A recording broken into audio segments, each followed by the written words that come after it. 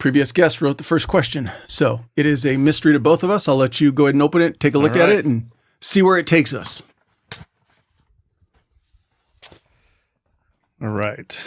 In your transition, how much time and energy are you dedicating to your own mental health and wellness? That's a hard question. That's a hard question because it's not the first thing you think about. It's definitely not one of the top three, The first thing in transition, especially with as much time as I spent in the military. How many total years? 29. Okay. 29 total, minus 3 from the Army. So I take those away. But as a person from my generation, Generation X, mental health was it not, number one on the list? It was not on the list. So I can't say that it was on top of my list. It's first thing was transitioning. The scariest part was doing something for so long, being so good at it, and all of a sudden, poof, all that's gone. And normally, as a Gen Xer, it's just like, hey, figure it out. You're going to figure it out. It's not important. But with having young kids, well, they're teenagers. One is a full adult now, and the issues they have, I've definitely grown into more of a think twice before you talk. Instead of telling everybody, it's like, hey, dude, you just got to figure it out. You learn to listen. You learn to not speak too soon. And then you think about, hey, same thing I'm trying to help everybody else with. How is that going to help me? But in the transition, my biggest thing was like, how am I going to keep a roof over their heads? How hard am I going to have to work? Is this a dumb idea? Because I could have gone another 10 years in the military. I guess when it comes to mental health, that was a little bit harder. I'm like, am I going to keep doing this another 10 years just because I'm comfortable? Was it a struggle to get to 29? It was not. It was a struggle to get to 1 and 2 and 3. After 4, which is the first year I joined the Army, I was like, dude, I got to figure things out. I'm thinking this is too easy, or everybody's out to get me type of attitude. It's never my fault. It's always somebody else's fault.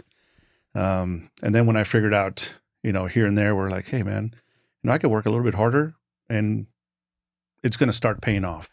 Maybe not immediately, but after a while, people know what to expect from you and what kind of work ethic you have. Because I had zero work ethic when I first started. Actually, it was negative work ethic. And, it takes a while to figure that out. Took me several years. But once I started and I said, everybody joins the military. It's like, yeah, I'm going to join for school. I'm going to join for the GI Bill, which is amazing now, by the way, because when I first started, it was just amazing. It's even more amazing now. When you started, was it still the Montgomery GI Bill? It was the Montgomery GI Bill. So there was a lot of gotchas. There was a lot of, hey, dude, you got to actually have to work hard for this. And at the time, I was like, I don't have time for that. Wait a minute. Are you saying that they lie on the front end about everything you're going to get? And that's the thing is you think they lie, but they're just telling you how it is, and then the opportunities that are there are still there. It's just whether you're going to take advantage of those opportunities. And like I said, it took me several years to figure that part out. It took to a point where all my friends were becoming doctors and lawyers, from high school. And I barely graduated high school, so it's just like, okay, I got to do something or I'm going to be stuck in this never ending OODA loop of feeling sorry for myself and thinking it's everybody else's fault and everybody's out to get me type of way of thinking. And that led to me starting to get good at the job that I was doing, whatever job that was. I realized that, hey, there's rules for everything. It's not like, hey, he told me that was cool. Hey, where are you going? Is it okay? Like, oh, it's fine. Oh, he told me it was fine. Well, how do you know that's fine? And 99% of the time, nobody knows what they're talking about. All right. And then once I realized that you got to read the SOPs, the standard operating procedures, the rules and regulations. And when somebody tells you something, be like, no, man, it says right here that you're completely wrong. Until I figured that out, it was kind of rough. I had a blast. Don't get me wrong, because I had money in my pocket. I had no worries in the world. I had a place to live. I had food to eat. And so as a, teenager, early 20s, I had a really good time. And I drank a lot. My father was an alcoholic. So it took me a little bit to start to drink. But once I started to drink, I don't feel like I had an issue like he did. I was always afraid I was going to have an issue like he did. But I never felt like I had an issue. Just your father or anybody else in your family that you saw were alcoholics? Just my father, as far as I'm concerned, and he was pretty bad. He was, he beat my mom, and it's the reason why I'm in the United States, because otherwise I'd be in Mexico somewhere. I'm sure I would have figured it out, but who knows what could have happened if he wasn't an alcoholic. Well, let's use that as a pivot point. Born in Mexico? I was born in Mexico, Tijuana, Mexico. People are actually born there. Everybody that I tell I was born in Tijuana, Mexico, like, what, people are born there? I'm like, I wasn't born at the clubs, man. There's like a whole other city where people are actually born. And so, yes, my mom was from Tijuana. My dad was from Sinaloa. Volleyball players, through their youth. My father went to the 1968 Olympic Games. So he was big on volleyball. And my mom actual Olympic Games or like the Olympic trials? The Olympic Games. Oh, wow. For Mexico. He took me one time to the Olympic Center, when I was very young, in Mexico City. And it was one of the coolest things I'd seen, to date. It was the first time I jumped on an airplane, which was, kind of triggered the love for flying. But that's, they met in Tijuana, and after that was that their, I'll call it, career. So after your dad finished being a volleyball player for the Olympics, did he stay with volleyball as a career? He did, as a PE teacher. Okay. And so he was a PE teacher his whole, the life that I knew him. And that's all he did. My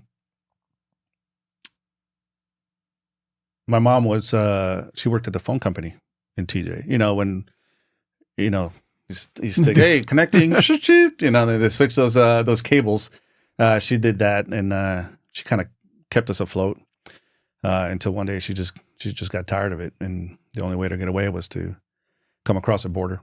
How many brothers or sisters? I have one sister and one half sister in between my sister and I, and so something wasn't going right there. They look like twins, actually. My sister and my half sister. Oh, wow. When you look at them, and one's tall like me, the other one's short.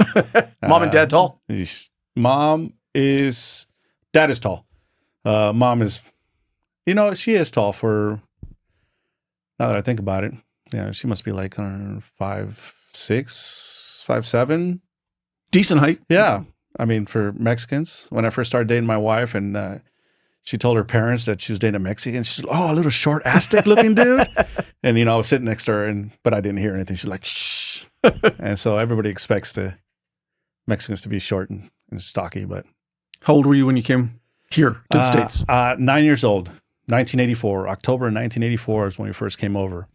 And we had just after the Olympics. We had, yeah. We watched the Olympics on TV. And when we came over, we had papers. My grandfather is a U.S. citizen. My grandmother was not at the time. just to segue into that is the reason I think they were living in TJ's because he had other families in the U.S. As a matter of fact, my Uncle Mike, which I met a couple of years ago, lives up in this area, Lake Elsinore. Okay. Yeah. Just up the road a little bit. Yeah. And so interesting how those family things work, right? So when you first came to the States, did you guys immediately go to your grandparents? No. So my grandparents lived in TJ. Okay.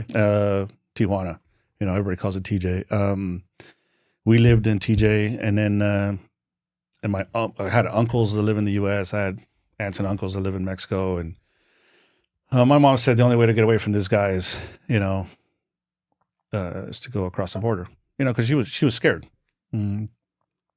And we first came to try it out. We spent a good 6 months with an aunt. She let us stay at her place, and then I think we rented another place. Where was that at? It was in Chula Vista. Okay, so not far off the border. No, not too far. And then we finally settled down to somewhere in San Isidro. Okay, where my grandpa helped with the rent, and my mom lived with my sister and I, and then or with my sister and me, and then my aunt also lived there. So once your mom came to the States, did your dad leave her alone, or did that problem? I don't think he continue? could ever find us. Okay, I think that was the biggest. And she never reached out for anything, I think, she gave him a couple of chances here and there, and she would always come back beat up with, her face all bruised up, and here's another chance. I mean, of course, I was under 10, so I only remember so much. But did your relationship with your dad basically end at that point too? It ended. Yeah, completely. No connection for, I want to say 20 years. Oh, wow. Yeah. And the only reason I reached out was because of my wife. She's like, hey, don't you think you should reach out? And I'm like, no. No, because it was all negative. It was, talk about mental health. I mean, that kind of could scar you when you can't protect your mom from getting beat up. It's tough. And so I had no reason to reach out to him, but finally did one day. I don't know how I remembered after 20 years how to find my aunts on my dad's side's house, because a lot of things changed in 20 years, and it's in Mexico, it's in TJ. Found the house, saw my old cousins. They were like, oh, wow, I haven't seen, 20 years. And then my dad was sleeping in the house. He didn't even live there. He would just happen to be sleeping there. And I woke him up and it's like, hey, what's up, Dad? Yeah. And he's like, and you could see it in his face. He's like, what is happening?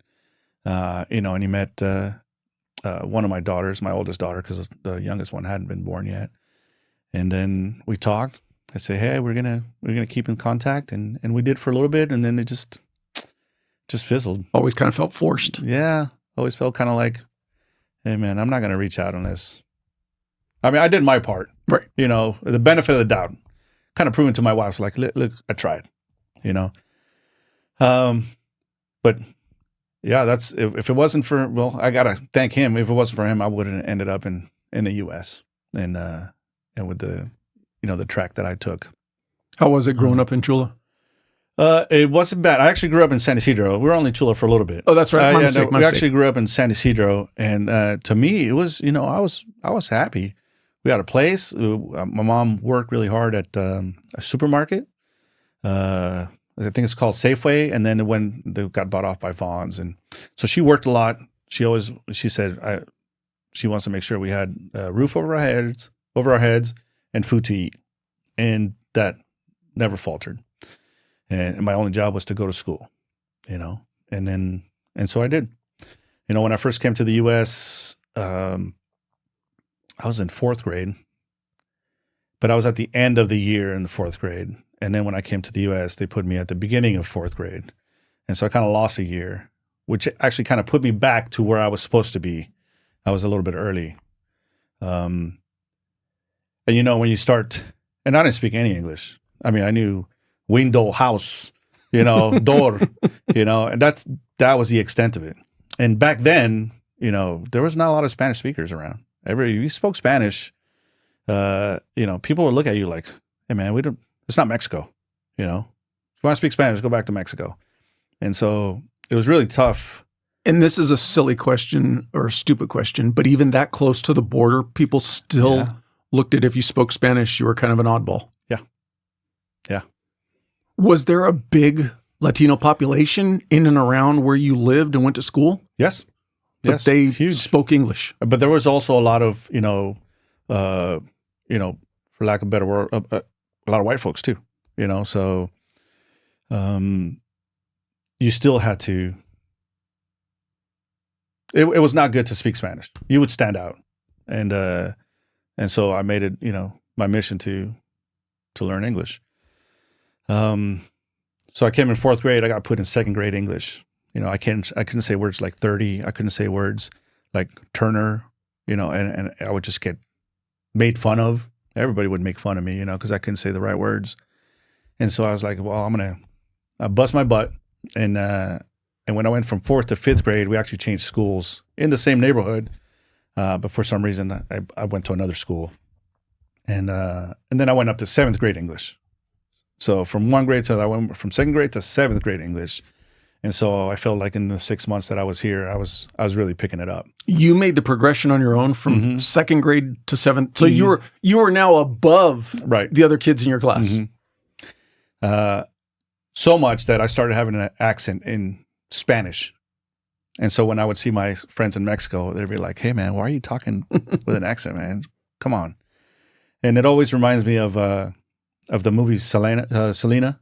Where you got to be more Mexicans than the Mexicans and more Americans than that was like, oh my God, that's it, So, and then I've always loved flying. So when I lived in Mexico, we lived right underneath the flight path of the Tijuana International. I knew all the planes that were taking off and what time and all that stuff, and to me that was like an unreachable goal. I just didn't have the pedigree, I wasn't in the right social step to be a pilot. So you also mentioned though that you barely graduated high school. Was it? I'm assuming lack of application or more of the extracurricular activities. I would say a mix of both. I tended to get bored really quick, and so once I saw something, I did something, and I felt I was good, I'd be like, okay, on to the next thing.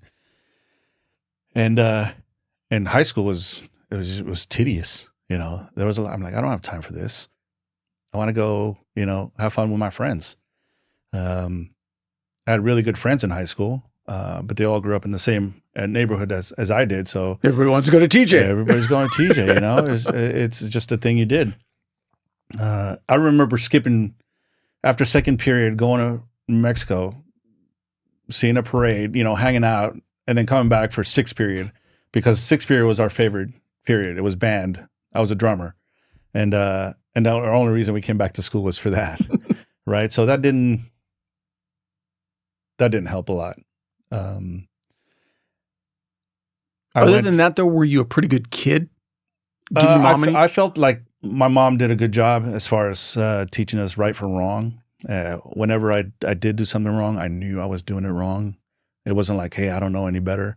I knew I was doing something wrong if that's what I was doing. So there was no excuses to do something. But what I'm getting at is, did your behavior in school, cut in class, that type of stuff, it never rose to the level that it came to your mom's attention? My mom was always working, and and I was either smart or not dumb. I'd be like, hey, they call at this time. And back then they didn't really call. You didn't find out somebody was missing school for like months. So she never found out. When they would have a parent teacher conference, my mom could never make it. All my friends' parents would show up. I knew all their parents. I'm like, hey, nobody knew my mom, just because she was working all the time. She had to make sure she had, paid money for rent and had food on the table. And so early on in my life, especially after moving to San Diego or the U.S., the Navy had always like triggered a happy thought, I guess, or something I could do. And then when we first moved to the U.S., or a year or so, my aunt actually owned a flower shop in Chula Vista where my mom worked. She worked for that flower shop 2-3 years. There was also a lady that worked there whose husband was in the Navy. And so we would hang out. He would take us to 32nd Street and show us the ship. I was like, man, this is the coolest thing ever. This is what I want to do when I grow up. Until I got to high school and we're like, I don't have time. I got to hang out with my friends and have a good time. And, You mentioned playing drums. Where does the music side of you come from? my grandfather played the piano. He had a piano in the house all the time and he played it all the time. I don't know if he was any good, but it sounded good to me, And so I actually started with the clarinet because I asked my grandfather was like, I put him on a pedestal. He was the best. He was like my dad. And this is your mom's dad? My mom's dad, yeah. And I asked, like, hey, what's your favorite instrument? He said clarinet. I was like, whoa, I don't want to play the clarinet. But I did for a year. And then I was like, you know what? The drum line's calling me. That's what I want to do. And so I started playing drums in junior high. And then when we went to high school, did drums. And then I actually did it a couple of summers for what's called a drum and bugle corps. You join a corps and you go away for the summers and you perform for the whole summer. And it was one of the coolest things I ever did. Had a lot of fun. One of the reasons why I probably didn't pay attention in school. Nothing that ever grew to the point of potentially looking at that as an avenue for your adulthood and joining a band and all that? So it did. And then I realized that that I wasn't going to really pay the bills, And I don't know when I realized that, but it just kind of got dropped when So I met a girl, right? And then I moved. I barely graduated high school, so I went to 3 high schools in the South Bay. Because of your performance and performance, troublemaking, whatever the case is. And again, kept that off your mom's radar? Yeah. I don't know. But just to tell you, my sister ditched 76 days in a row and my mom didn't know. And my mom was taking her. I had to ride the bus. My mom was taking my little sister and my mom didn't know after 76 days of ditching. So, yeah, now, my kids ditch and get the text message, my get wife the knows email. before. Yeah. She's like, oh my God, again? I'm like, I don't know. I ditched all the time, so I'm not going to say anything. So I met a girl, you fall in love, whatever. It was, and I moved to Bakersfield with her. Right. And that's like, the only reason I can move is if I graduate high school.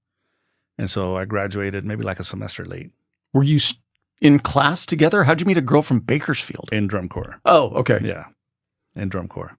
And so. Real quick pivot. Dad played volleyball. Mom played volleyball. Did you ever get the sports bug? So I always thought I was going to be a volleyball player, but we never did anything. I was too young. By the time we left my dad, it was about the time I was going to start doing something with volleyball, and it just never triggered. I think I would have had a lot of fun doing it, but I don't know. No other sports ever came to your attention? No.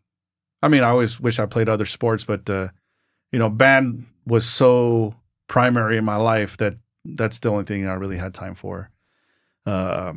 After school, we would have to jump on a bus and go home.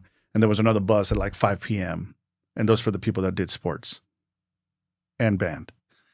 And so I couldn't do both, I guess.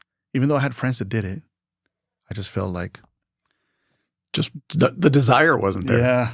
I was having a lot of fun with my friends. What year did you graduate high school? So I was supposed to be class of 93, but since I graduated in December, it's class of 94. And so I just tell people class of 94, so I just feel younger. But I graduated just because, I had to do a test and I had to do all these credits. And, Was it one of those things where you were scrambling at the end to like make up classes? Oh, yeah. And yeah. If you wait till the last minute, it'll only take you a minute. Well, that's a story of my life, And so the capability is there. It's just whether I'm going to put forth the effort. Right. And so when it was just like, hey, if I move to Bakersfield now without graduating, who knows? I'm going to be a person who didn't graduate high school, where I had all the opportunity to do so. So that at least was in the forefront of your mind to let me at least graduate high school. Yeah. Yeah. And that was down to my last chance. I mean, I was like sweet talking to teachers to be like, dude, come on, man, just take this test, you graduate high school. So I have a high school diploma from a high school that I never really went to. But not a GED. It was not a GED. And so, GEDs aren't bad. And if you do a GED, great, good on you. But I didn't want to do that. I was just like, gets to a point where like, hey, I kind of got to get my shit together. Right. And that's happened a lot during my life. Once I got the diploma, I moved in with this girl who, I thought, she was the one. In Bakersfield, What was that like for you? So it was fun. It was, I lived at home up until then. I shared a bedroom with my mom. I mean, I slept in my mom's bed until I was a teenager. And she finally, my aunt moved out and she moved me into the next. I didn't have my own bedroom until I was 15, 16. And then when I was 18, I was just like, I gotta go. Life's calling, Were you working? I was. I got a job at Kentucky Fried Chicken. Yeah. It took me a lot to get that job. Man, nobody would hire you back then, Everybody was grown, old, and they were there 24/7, ready for the job. I started working 1 day a week. And of course, I started in the kitchen. So I was like, man, I'm going to figure out these 11 herbs and spices, and be the best, chicken maker I can be. And I did. I started working more. And then before you know it, I knew everything about the kitchen. I knew everything about the middle part with all the sides and then the front. And then after that, I became the go-to person and I didn't even know, right? I didn't realize that I did everything that I was supposed to be doing. And I didn't keep that going, How long did you end up being there? So I was there for 2 years. Okay. In Chula Vista. Chula Vista or Bakersfield? In Chula Vista. Oh. And then I took the summers off to go to the drum corps thing. And the second summer is when I met this girl. And I was like, hey, I can just transfer from KFC in Chula Vista to the KFC in Bakersfield. And so I did. And so, but, a fast food income was a lot for me. But not for two. But to pay the rent. And my girlfriend was working too. She was full on getting this stuff done. And then, 6 months later, I was like, man, this is hard work. I mean, I have to put in a lot of work. I got to be at the restaurant a lot to just get by. And then something triggers like, I've always loved the Navy. Why don't I just go join the Navy? And so I did. I went and talked to a recruiter, and he looked sharp in his in his summer whites, like sign me up, So I went into the Navy. What year? This was 1994, the summer of 1994. How'd you do on your ASVAB? So the first one I took, I might have been drunk. It's always the best way to take it. Yeah, right. I just made a lot of bad decisions. I think I got a 51. And then the second time, and the Navy took me with that. And I joined the Navy and I went off to boot camp and they're like, hey man, if you get married, you get paid more money. So I told my girls like, hey, let's get married, make more money. So we ran off to Vegas, got married, and then I left. Because as soon as I got to the ship, a month later, we're going on Westpac. So I was gone for 6 months. What was your rate going in? So I didn't have one, right? The recruiter's like, not the recruiter. My recruiters were awesome. They always say that recruiters lie to you. It's like, I mean, they don't really lie to you. They just tell you how it is. And you're like, oh, that must be like this. That must be like that. And The guy who lied to me. I'm willing to bet there's some men and women out there who will flat out say, no, that son of a bitch lied. Yeah. I mean, they're out there. Yeah. Yeah.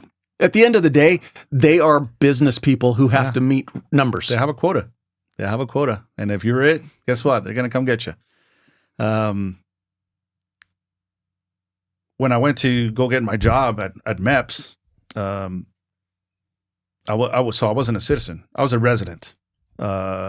So the job pool was very limited. I mean, you could be a cook, you could be, drag hoses and, do all the hard work. Nothing with the clearance, nothing with the, I don't want to say prestige, but, the easier jobs that you would normally stay in for. Did you have an idea what you wanted to do? Oh, aviation all the way. Okay. From the get-go. So you were thinking, there's a way I could be a pilot. There's a way I could be involved in aviation. Okay. Pilot was still way off. Yeah, it was still something that was, and I didn't go to college, and you find out, like, if you don't go to college, man, you can't do any of this stuff. And 4 years of college for a 20-year-old is a long time. That's an eternity. Now I think 4 years, I'm like, man, that was yesterday. It was 4 years ago. I could have done another bachelor's degree, When you've only been on this earth for 20 years and you're looking at basically a quarter more of your life, it seems like Mount Everest. Yeah, it does. And so what you don't realize is that if you put it off, the longer you put it off, the longer those 4 years are going to take. Yeah. Right. And so, I joined the Navy. The guy, like I was going to say, the guy that did lie to me was the guy at MEPS, the military entrance processing station. You go to do your physical. If you walk like a duck and bend your knees a certain way, then you're good. The guy there's like, hey man, I got this great opportunity for you, man, and it's only 3 years, not 4 years, and you could pick any of these jobs in aviation, and it was all the jobs in aviation, right? All right, what's the catch? I was like, well, you got to go in undesignated. And I'm like, that sounds cool. I can do anything I want. Dude, I'm in. Famous last words. When can I go? Sign me up. And so I think I left a month later. I went to boot camp. Chicago? Yeah, great mistakes. What time of the year did you go? In the summer. Oh. In the summer. Towards the end of my stay there, it was starting to go into winter, and I'm glad I went in the summer because it was cold. I went in June timeframe. Did up until then it was the hardest thing I ever did. The first. How was it for you though? It was tough. It was tough. The first thing they do is they do medical checks on you.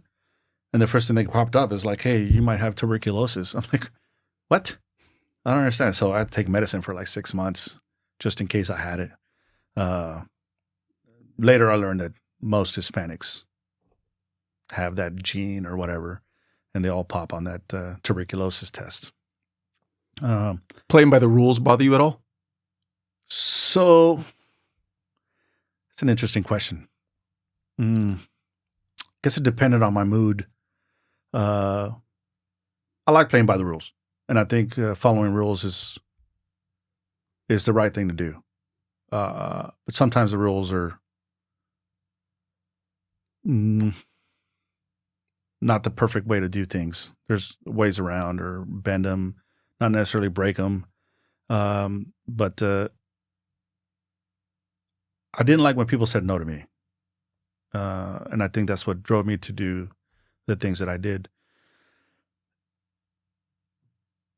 I played by the rules that whole time I was in boot camp. They caught me sleeping one time, because you're so tired. I had one time I just sat down and I fell asleep, and the company commander came in, pushed a bunk, and I fell. She's like, oh man, he got me, but I got so good at sleeping without people noticing that, I could sleep standing up. Like I could be sleeping right now and you wouldn't know it. I was that good at sleeping because I was so tired during the whole boot camp. If you're sleeping, just keep answering the questions and we'll keep going. Like, it's like when you're telling your wife, I figure out ways to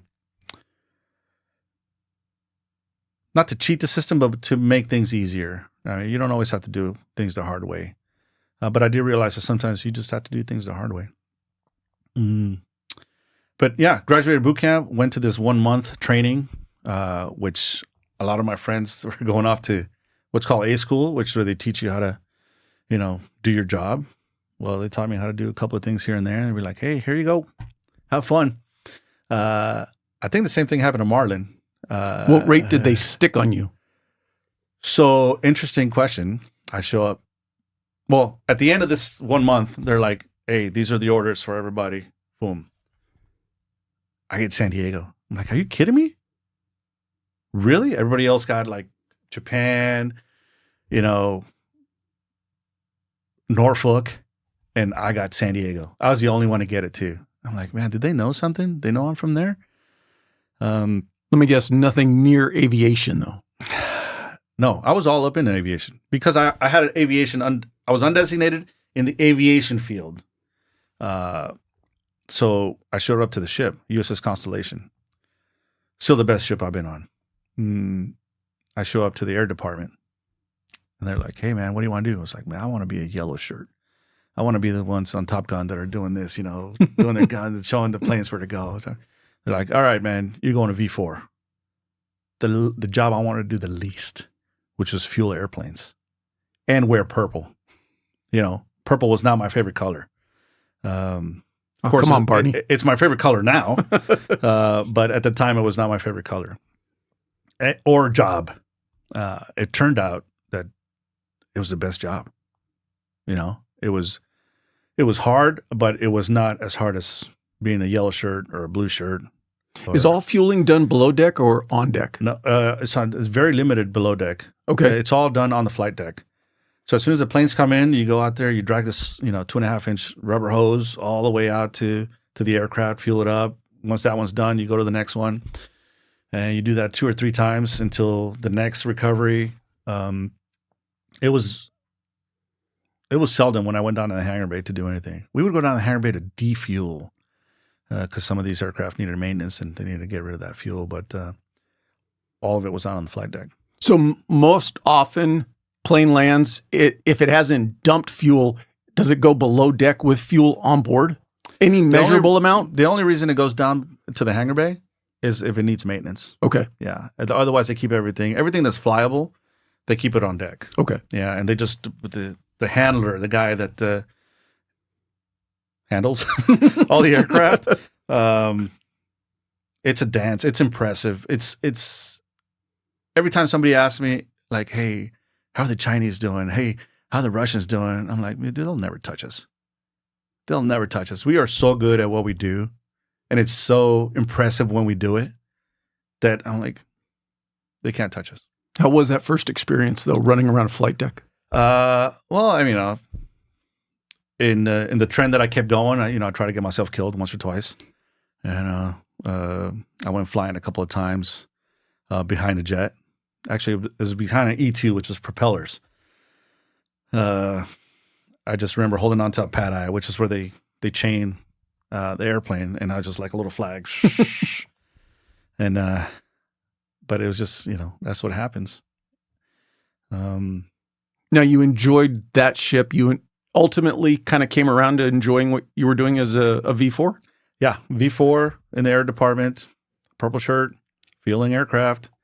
The friends that I made on those 3 years, I mean, I still keep in touch with them. Every time I come down here, this is the first time I come down to Southern Cal, and I don't see them. As a matter of fact, they're going to get together at the end of this month, but I got to work. But yeah, there's like 20 of us that still keep in touch from 1990, from 94 to 97. I guess we went through something together. We all suffered. I mean, it was not an easy job. We hardly went down to the mess decks to eat because there was no time. They would box us up, some box lunches with a hard-boiled egg and a sandwich with, half a bologna piece in there and some nuts. And if you got somebody to trade something with you, like somebody didn't like egg, it's like, oh, I got 2 eggs. That was a big deal. And you were just after the first Gulf Wars, right? Just after. So I really, the first Gulf War, I was just like, man, I want to go be part of that. I want to go in the front lines, not sure if I would have ran towards the rear after the first shot, but I wanted to go there. And throughout my whole career, every time something went down, I was in the other part of the world, Basically, also, like, I like soccer a lot. And every time there was a World Cup, I was on the other side of the world. So when I was in Japan, I was in Germany. When I was in Germany, I was in Japan. And so I was just never in the right place at the right time. But I would have done it, no problem. I actually volunteered one time to go during the Gulf War, the second one, to go there. And they were taking volunteers. And they sent me to Colombia because I spoke Spanish. So I'm like, man, I can't win. All my friends were going down, to Afghanistan and Iraq, and I ended up in Colombia. So needs of the military. Yeah. I mean, I tried, but it just never worked out. So what's your progression then you mentioned 29 years, but you don't count the Army. So no, I'm just joking. Oh, okay. The Army was a learning experience because I came out of the Navy. So you did the 3 years and then came out. I got out. I was like, you know what? This is not for me. Navy's cramping my style. Every time I want to go out to the club and drink and hang out with girls, they say, hey, you got to go underway. And I got tired of that. Did the marriage last that 3 years? Oh, no. Okay. No. The marriage didn't last. When I came back, let me back up a little bit. What is the grind? It's not just a routine, but the decision we make to wake up, give everything we've got, then find a way to go further. Grind, spelled GRND, is more than a brand. It's a movement, an emotion we all feel connected to as we work daily to pursue our goals and support each other. Founded by a former Army Ranger, Grind Activewear has a clear mission to give 100% and then some more in sport, fitness, and in life. Functional, high-quality performance wear that's rooted in American culture because you demand gear that outworks the rest. Whether you're on the field, in the gym, or building your own lane, Grind is for those who refuse to settle. Go check out thegrindcollective.com and tap into something bigger than clothing. And while you're there, use the promo code TRANSITION15 to get 15% off your purchase. You're likely already on the grind. Maybe you just don't realize it yet, but the grind continues. I got to the ship. A month later, we went on Westpac. I had moved. No, I didn't even move my wife. I left her in Bakersfield. My first paycheck in the Navy was $242. Killing it. For the month. Killing it. And then I got married, and I got $400 a month. And I'm like, dude, I'm a big spender. I'm going to start spending this money. And then you're on a ship, and you don't spend any money. And so the first port visit was Busan, South Korea, which is not called Busan. So they changed the P to the B. And I'm like, well, I'm a married man. I'm going to stay out of trouble. I'm going to hang out with this old guy, right? In my group. Go hang out with this old guy. I'm going to stay out of trouble. I'm not going to see, no women, no booze. And at this time, I didn't drink. Because of the fear of becoming an alcoholic, I'm like, dude, I'm not messing with that stuff. I had fear of gambling, drinking, and anything having to do with the things that would sidetrack my already sidetracked life. So losing rank, I don't know what I would have done if I would have lost rank at any time because I just don't know. That was not something that I was willing to do. Anyway, the first port call, I go out with this guy, and it turns out that he's a drinker. And of course, my dumbass tries to keep up with him. That didn't last long. And so that was the beginning of me starting to drink and have a good time. And with a lot of money in your pocket, because you go weeks, months without spending any money, and all of a sudden you got money. It went Korea, Hong Kong, Singapore. I spent my birthday in Singapore. Oh my gosh, I was having such a blast. And with all my friends, and I was 19, I turned 20. I turned 20 on that cruise. We got to the Gulf. Man, we would go out every night. Every night we were in port out, we would go out.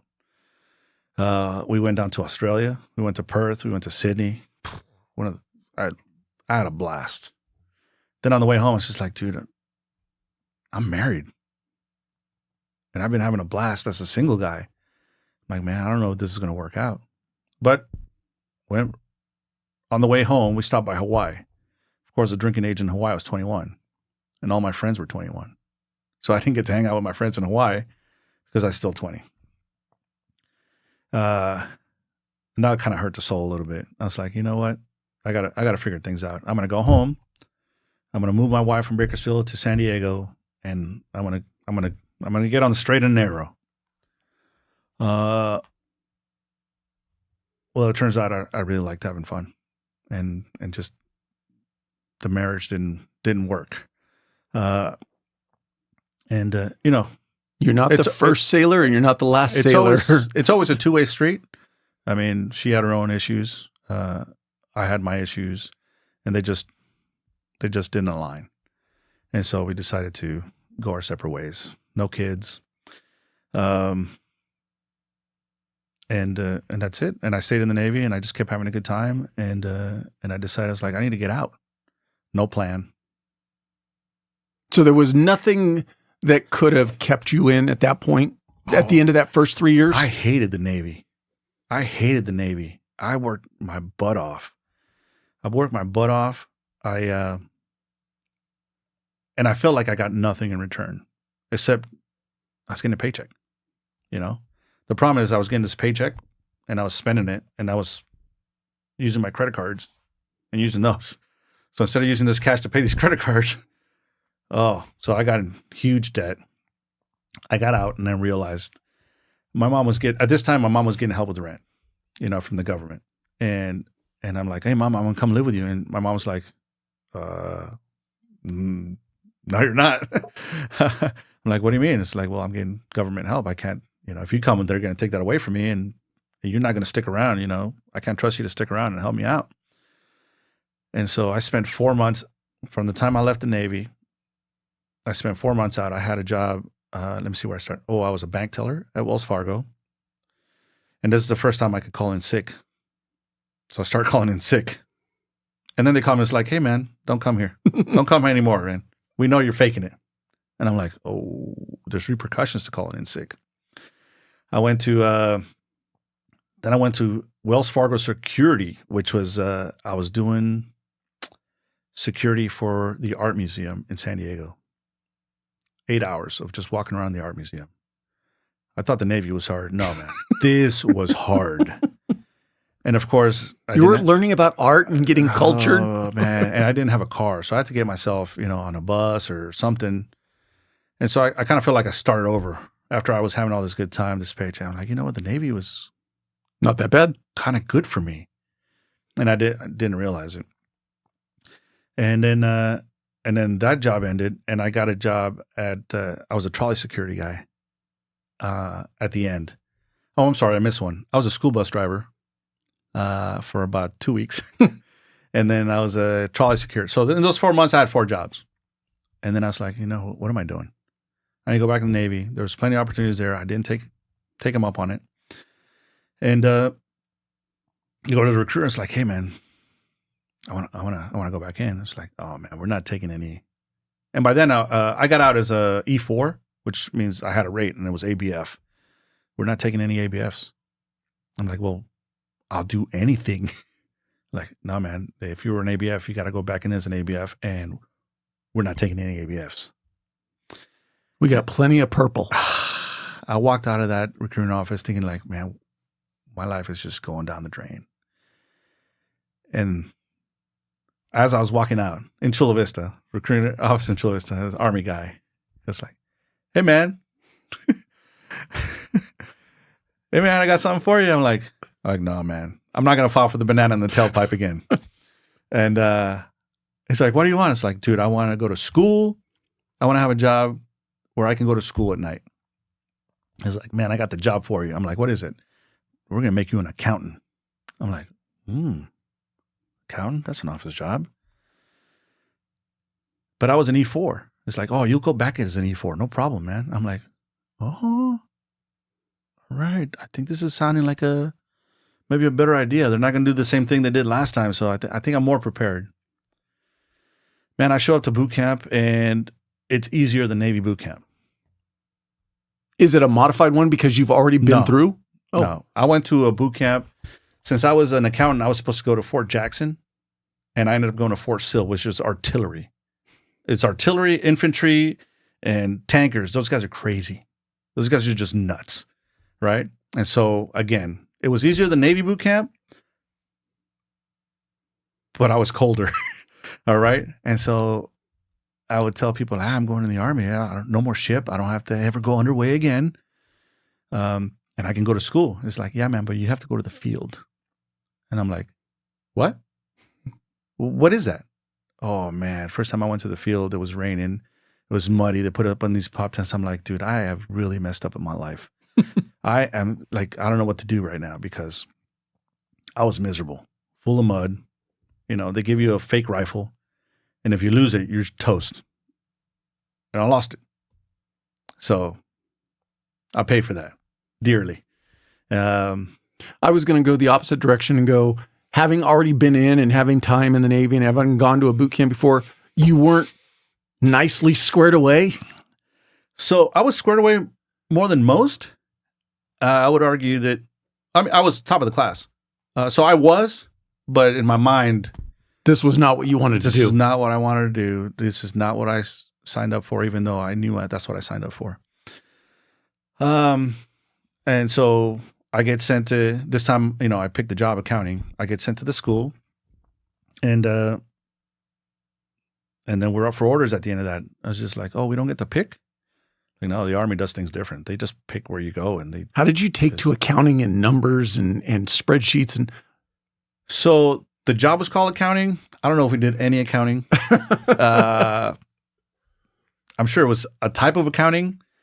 But I started taking accounting courses, and we weren't doing accounting. It was something else.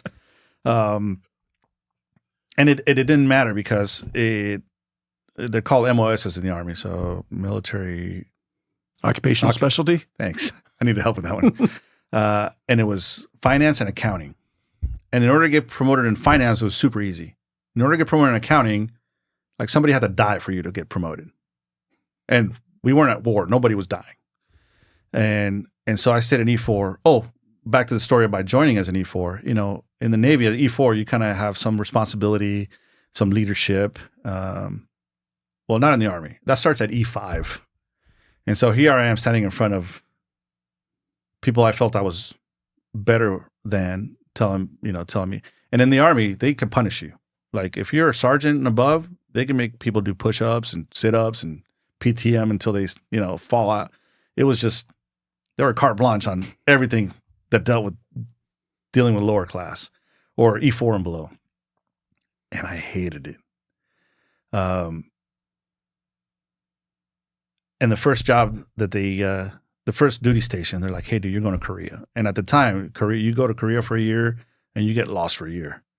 And it was like being back in the Navy. I'm just going to drink myself to sleep. And I'm going to hate it and this and that. And then it came down. It's like, hey, anybody want to go to airborne school? I'm like, not really. But if you go to airborne school, you go to Fort Bragg instead of Korea. I'm like, okay, I'll do it. And so I ended up going to Fort Bragg, North Carolina. And when you first is this right at the end of boot camp or right at the end of your accounting training? Accounting training. Okay. And in the Army, you get sent to a base, to a unit, and then they to send you to the different jobs. And it's not like the Navy where like, hey, you're going to this squadron or you're going to this ship. It's kind of general. It's like wherever they need you at the time, that's where you're going. And I got to Fort Bragg and it's like, hey, to be airborne, you have to be in the 82nd. That was the airborne division. And they're like, hey, you're going to this other unit. I was like, what? Okay. They told me I had to go to airborne school. In airborne school, you have to be a runner, which I was not a runner. I was not a physical person. I'm picturing you handing your packet, to like the sergeant or whoever's in charge. And he looks at it like, accountant. Yeah. Airborne school. Every time. Logical. Every time. Every time. They're like, what? And so and I just kept my mouth shut. And then I didn't have to go to airborne school. So, and I stayed at Fort Bragg on the what they call leg side. If you're not airborne, you're a leg. And I stayed there for a couple of years, made some great friends again. Every duty station, it just the people made it amazing. And again, I was like, hey, everybody's out to get me. Nobody wants to help me out. I'm trying to do my best. I was not a very good sailor or soldier, even though I was like doing the right things. I didn't feel like I was doing my best. And so I get orders to... In hindsight, looking back on it, what weren't you doing that you should have been doing? I should have been maxing out my PT test. I should have been doing coursework. I should have been shining my boots, pressing my uniform.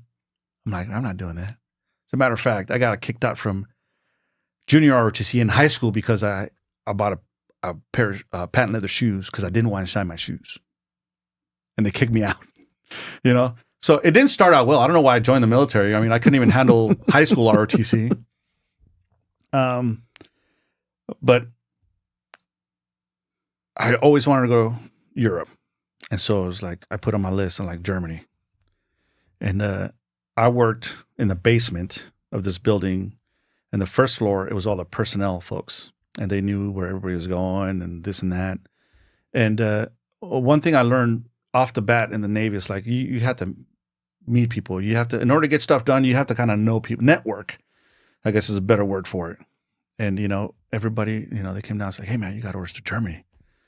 I'm like, oh, sweet. I got to do all this stuff, get ready for it. No, well, you got to extend a couple of months. And so I came in the Navy for 3 years, but I had to go in the Army for 4 years. And 2 additional months because I had to extend in order to pick up the orders to Germany. Now, following along in my head, the calendar, were you in the Army on 9/11? I was. So I came in the Navy in 94. The summer of 97 is where I had a bunch of jobs, which reminds me, when I did my tax at the end of the year, it's the first time I owed money. That hurt my soul because I was always used to getting a little money back at least, but I owed money. And that comes back to haunt me later, by the way. So remind me about that. When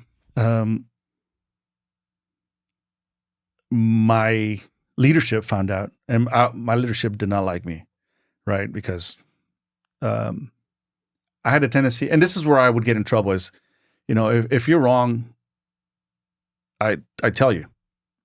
If you're right, if you're good, I tell you, man, that was good. But if you're messed up, I tell you. Because I had sergeants that outranked me by a lot, and they didn't know anything about their job. I was like, Sergeant, you don't know what you're doing. Like, oh yes, I've been doing this for years. I'm like, no, you are wrong, because I read the book and it says here's how you do it, and that's not the way you're doing it, and you're wrong. And in the military, they usually don't like that too much. Now it's normal, the new generations, but back then it was not. I was not the go-to guy. If they wanted something done right, they'd always come to me because they knew that I knew how to do it. But they didn't like doing that. And I knew that. And so I just used that kind of to my advantage. And in Fort Bragg, you would go to the field a lot. You would learn how to do everything in the field. We'd run every day, run miles every day. So, and I hated running. I hated PTing. I hated all that stuff. But while you were at Bragg on the leg side, you were still operating under the MOS of accounting and finance? Yeah. I was actually doing the finance job, but there was no way I could get promoted. There was just no way, because you kind of had to have a bachelor's degree to get promoted, because the way the point system, it was 800 points, 400 points from boards and shiny boots, and 100 points for, long distance education, and then 100 points for college. I had 0. In order to get 100 in college, I had to get almost a bachelor's degree. And the promotion for my MOS was 798 out of 800. Oh, and PT was 100. And I wasn't maxing out my PT. I didn't have the heart for it. I didn't have, I just didn't have it. I was not a PT guy. I made enough. I ran fast enough to pass every time. which was part of my problem. I was just willing to do the minimum. And then, so I got orders to Germany, and my bosses didn't find out till I was getting ready to leave. And they were so upset. My immediate boss loved me because I knew what I was doing. I could get everything done in the office, and I would teach people how to do things and everything. You know, I was a go-to guy. But like the first sergeant and my sergeant first class, they hated me.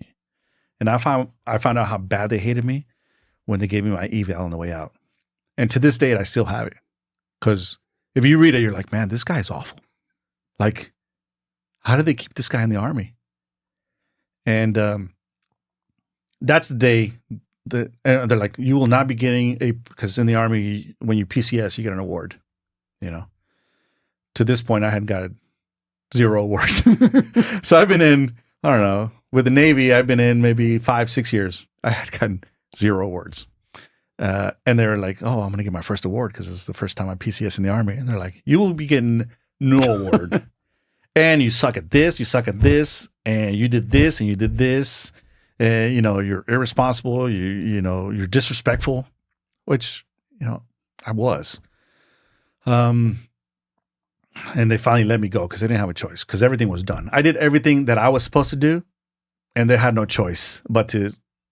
The only thing they could do is give me this bad eval, which was not a bad eval in the numbers, but the write-up was just awful. And then no award. And so I PCS, and here I am moving. At the time, I was able to get my apartment in Fort Bragg, and so I had a house full of stuff and a car, and I decided to pull all that stuff over to San Diego and leave it with my mom, and then PCS to Germany because in Germany I wasn't going to be able to get an apartment. I was going to live in the barracks, so I couldn't take anything with me. That's when I realized, I'm like, man. I went back to San Diego and I saw my high school friends. And they're, like I said, they were becoming lawyers and doctors and and successful, you know, people that finished, you know, their bachelor's degree. And I'm like, it's now or never. I got to get my shit together. I must have been, what, in 1997, 22? No, I'm sorry. This was 1999. 1999 when I PCS to Germany. So I was 24.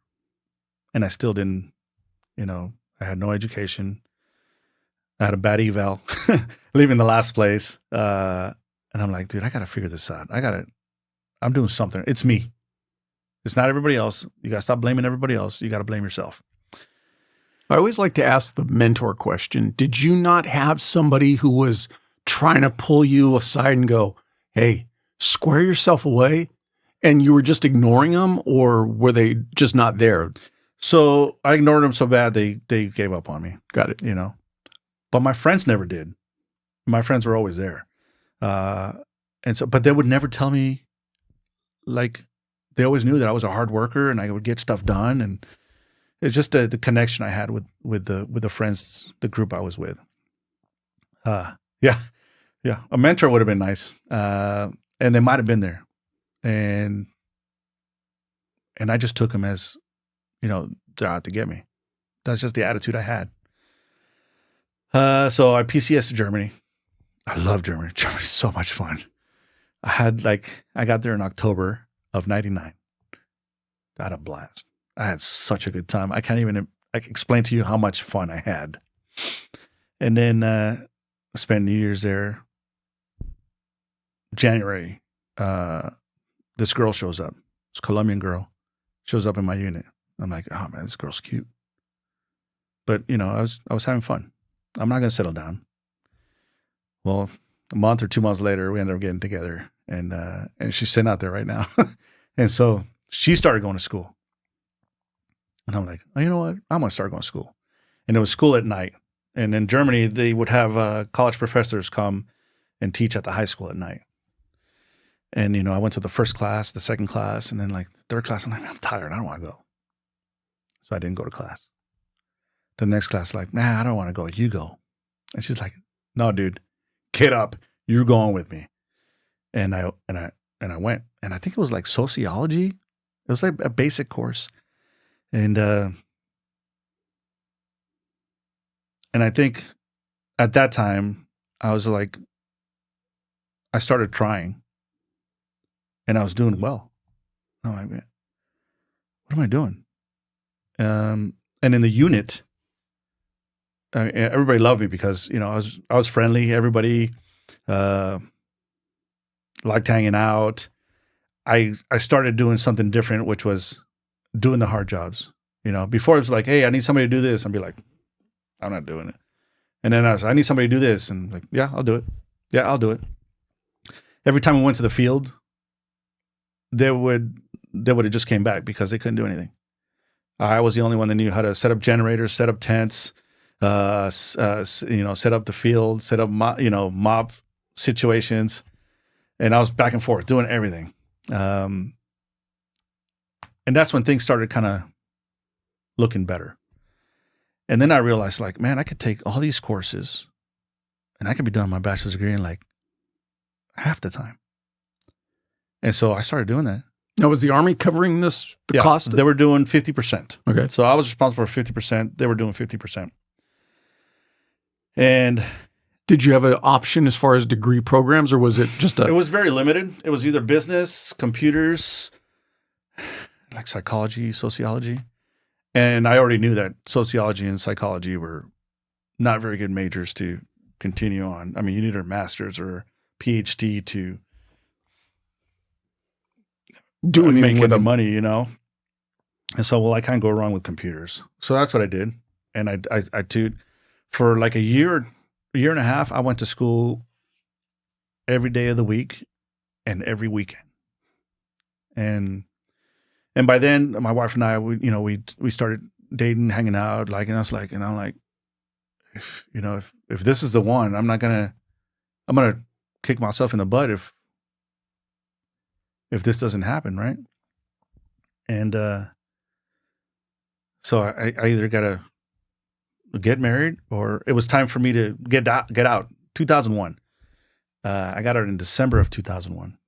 And I'm like, and I even came home to San Diego. I wanted to go to San Diego State.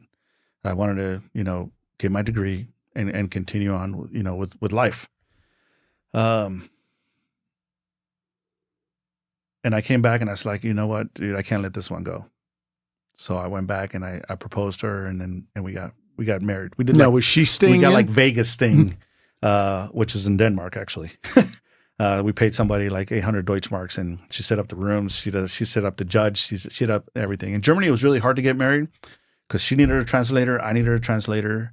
You needed like 6 months of preparation, or we could take a trip up to Denmark and do it over a weekend. And that's what we did. They came back. We got the Army gave us an apartment on base. It was right across the school. So all I had to do is walk across the street to the school. So I would get up at 5:30, go to PT 6:30, 7:30, come home, take a shower, go to work at 9, work until 5, go to school at 6, get out of school at 10, and then do it again the next day. And then on weekends, it was like from 8 to 4 all day. Like 4 weekends was 3 credit class. And were you able to complete the degree program while you were in Germany? So, yes, I was able to, but it was after I got out. Oh. And so I knew that if I came to San Diego and went to college, that me and my wife would just, it wouldn't last for a couple months. So that's when we kind of decided. Well, I kind of asked her, she wanted to get together, and she said yes. I had met her parents a couple of months before that, and I'm like, man, I'm good with them. They like me. Should be easy. Well, it turns out that they didn't want us to get married, and so my father-in-law didn't talk to me for like a year, because he was like, no, she's got to finish her degree before she gets married, and she's as stubborn as she is. She was like, no, I'm getting married. Like, the decisions were not very good, but they kind of turned out, because now we've been married 24 years. And I got a 21-year-old girl and a 17-year-old girl that, it's amazing. So, So did you guys both get out of the Army at the same time? no. So it was my turn to get out. And then she got out like a year later. So I was her dependent for about a year. And where was she stationed during that time? Same place. She was in my office. Not my office. She was like in the office down the hallway. And when people... No, that last year when you were out and she was still in, was she still in Germany? Yeah, we stayed in Germany. Oh, okay. And so she had orders for her whole time in Germany. She went to basic training. She got orders to Germany, and she was there for 3 years. 3 or 4 years. I mean, whatever it was that she was in for. I was already halfway through my 4 years when I met her. And then, I decided to get out. And when I got out, I became her dependent. And then, I got a job at the same office as a civilian. And so this whole time I was still going to school. I finished my bachelor's degree. And my plan, and it was in computers, so my plan was just to be, network administrator somewhere. They got paid pretty good. And then my wife one day said, hey, what have you always wanted to do? And I said, well, I always wanted to be a pilot, but I'm too old, And I think I might have been 26 at the time. And she's like, well, why don't you apply? And I'm like, And I was in Germany, so to get the recruiter was, I think, in London. And so that already sounds hard, So I ended up applying in London. I took the test in London. I took the PT test in Frankfurt. I did interviews in I think Heidelberg and other places. And I did really well on this test. And he came back, it's like, hey man, you got a pilot slot in the Navy. And I'm like, now, was the test branch specific or was it across the board and then you would just be able to select one of the branches? No, it's branch specific. It's a Navy test. I told myself, I'm like, man, I can't go in the Marine Corps because then that means I'd be in the Navy and the Army and the Marine Corps or the Air Force. I'm like, if I do one, I got to go back in the Navy because that's 2 services. I mean, if you have 3 services, man, it just means you can't hold a job, And so that's why I applied for the Navy. And in my heart, I always wanted to be a Navy pilot. Whenever I would see him get out of the jet, whatever, or the helicopters, and while I was feeling them, I'm like, man, that's got to be so cool. It's got to be so cool. Never thinking I could do it. Real quick before you go into that, Yeah. and I asked you this previously. So you were in on 9/11. You were in Germany when 9/11 happened. How did that impact you? So interestingly enough, I was doing TAPS class to get out. And in Germany, they have what's called casernes or barracks in different parts of town. They were all spread out through the town. Where I was at was one of the main one where the PX and the commissary were. That's where the transition office was. And I was in front of this computer doing a fake interview. Oh man, I was horrible. I'm like, I am not ready to do interviews. This is so bad. Then my wife's friend calls me and says, hey man, a plane just hit the Twin Towers. I'm like, oh yeah, that sucks. No, it's pretty bad. I'm like, all right, thanks. I hung up and then you're like, wait, that's a little weird. Like if a Cessna hit the Twin Towers, I was like, whatever. Why would she be calling me? And then I looked at the TVs were up and then, I hit the first one hit. And I'm like, wow, dude, I need to get out of here. I need to go home and find out what is going on. Because we lived in the same place where the commissary was and the PX. And so it was easy for me to get there. Where we worked was, I don't know, 5 minutes down the road. It was its own little secured area.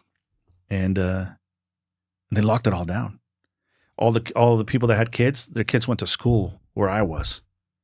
So I ended up picking up 8 or 10 kids and took them over to my house because their parents could not pick them up.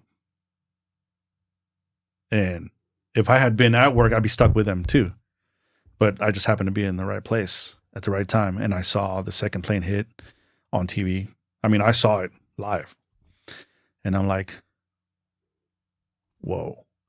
this whole time I'm like, man, we're peacetime. We're never going to do anything bad. Nothing's going to happen.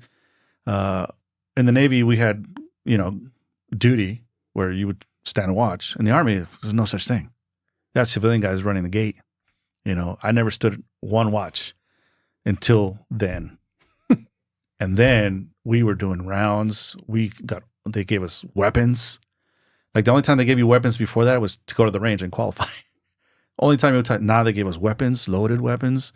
We were doing rounds. We thought we were going to get attacked from all angles. Like you didn't know where it was going to come from. And I had 2 months left. And I'm like, man, I need to stay in. I'm going to go place. Finally, I'm going to go, whether it was a good thought or not. Finally, I'm going to go do something. But we decided that I was just going to get out and be a GS and finish my degree. I was going to be my wife's dependent, and then after that, it was bring home the bacon, right? So when I was on terminal leave, with if you have leave, you just get out at this time, and then you keep getting paid. And I was sleeping in, and she hated that.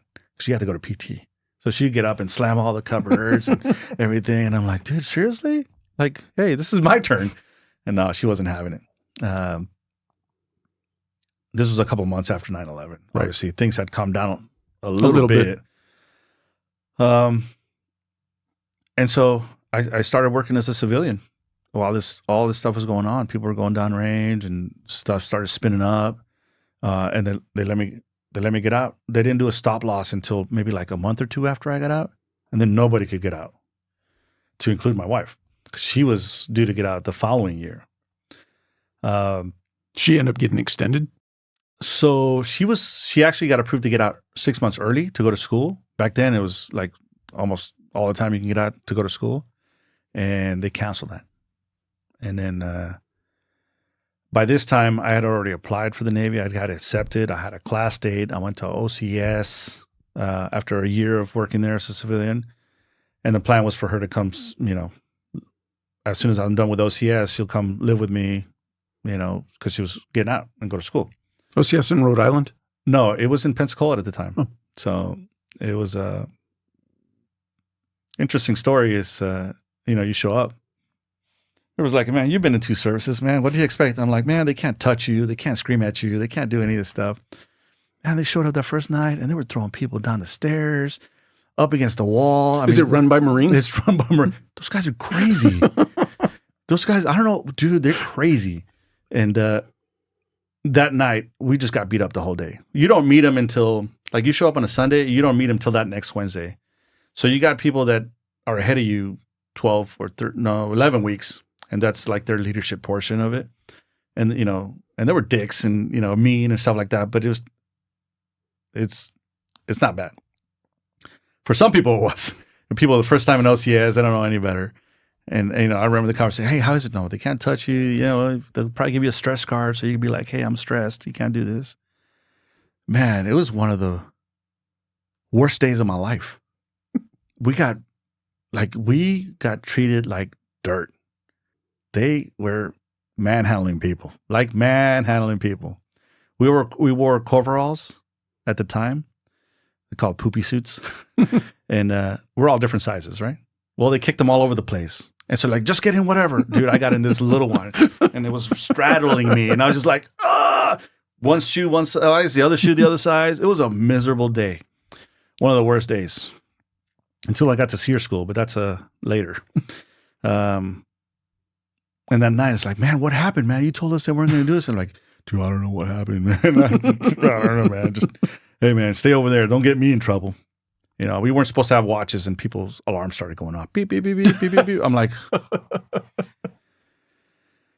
but OCS was definitely the toughest. It was OCS, Navy boot camp, and then Army boot camp. And how long is OCS? 13 weeks. Okay. At the time, it was 13 weeks. And the last 2 weeks, you were kind of like almost an officer because you were kind of in charge. But at the end of the 13 weeks is when you get your commission, you get your first salute, and you do all that stuff. And then you're like, at the time, I was like, man, I'm lucky because I was going the wrong way. And finally, I get to do this. And I I became something that I didn't think it was possible. Did it feel different for you in OCS? Uh, For you personally? it felt different in a way where I felt like the doors opened. But I put officers on a pedestal when I was enlisted. I'm like, these guys are educated, they're leaders, they're smart. And I showed up to OCS. I'm like, dude, you guys are dumb. You guys just as dumb as the dumb people in boot camp, because you have different, you got it from all walks of life. But my enlisted time helped me with doing a good job as an officer, with both my leaders, my peers, and people that worked, for me or under me. It's just a different, I don't know how to put it, but I don't want to say social status because it's really not, but it could be make believe. As an officer, you're like so much better, but I found out real quick that they're just people. They all put on their pants or skirts just like everybody else, and so. But the good ones realize that and carry that into how they lead. They do, and they figure out the people that are around them and the advice that they could probably have, because they always like, hey, how do you do this? So how do you attack this? How do you do this? How do you do that? One of the stories I remember clearly is, You've got a lot of coffee options out there. You've got a lot of veteran and first responder-owned coffee companies as well.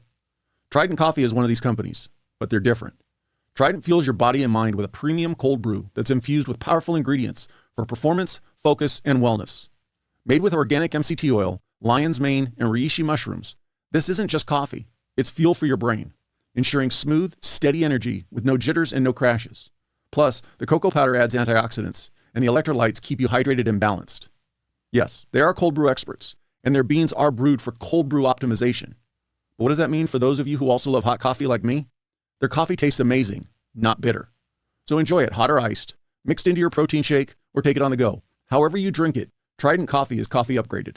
Get yours now at tridentcoffee.com and use the promo code TDP15 for 15% off your order. That's TDP15 for 15% off your order. Stay sharp, stay fueled, stay ready. in a ready room on the ship, officers get kind of their own room or the share room. And as an enlisted guy, man, I was in a berthing with 86 people, And when you have enlisted guys around in the ready room and you're complaining about your room and how your laundry wasn't done, I have to sit those people around like, listen, man, let's go walk down to the berthing. Yeah. See what they're doing? See how happy they are? And they're in this mess, this place where you're like in a coffin locker and, your area is like this big, and you're complaining about the room that you have. So you really got to watch out to watch your surroundings and complain to the right people. Always complain up, never complain down. But yeah, I feel like a lot of folks came to me and said, hey, man, I need advice on this and that.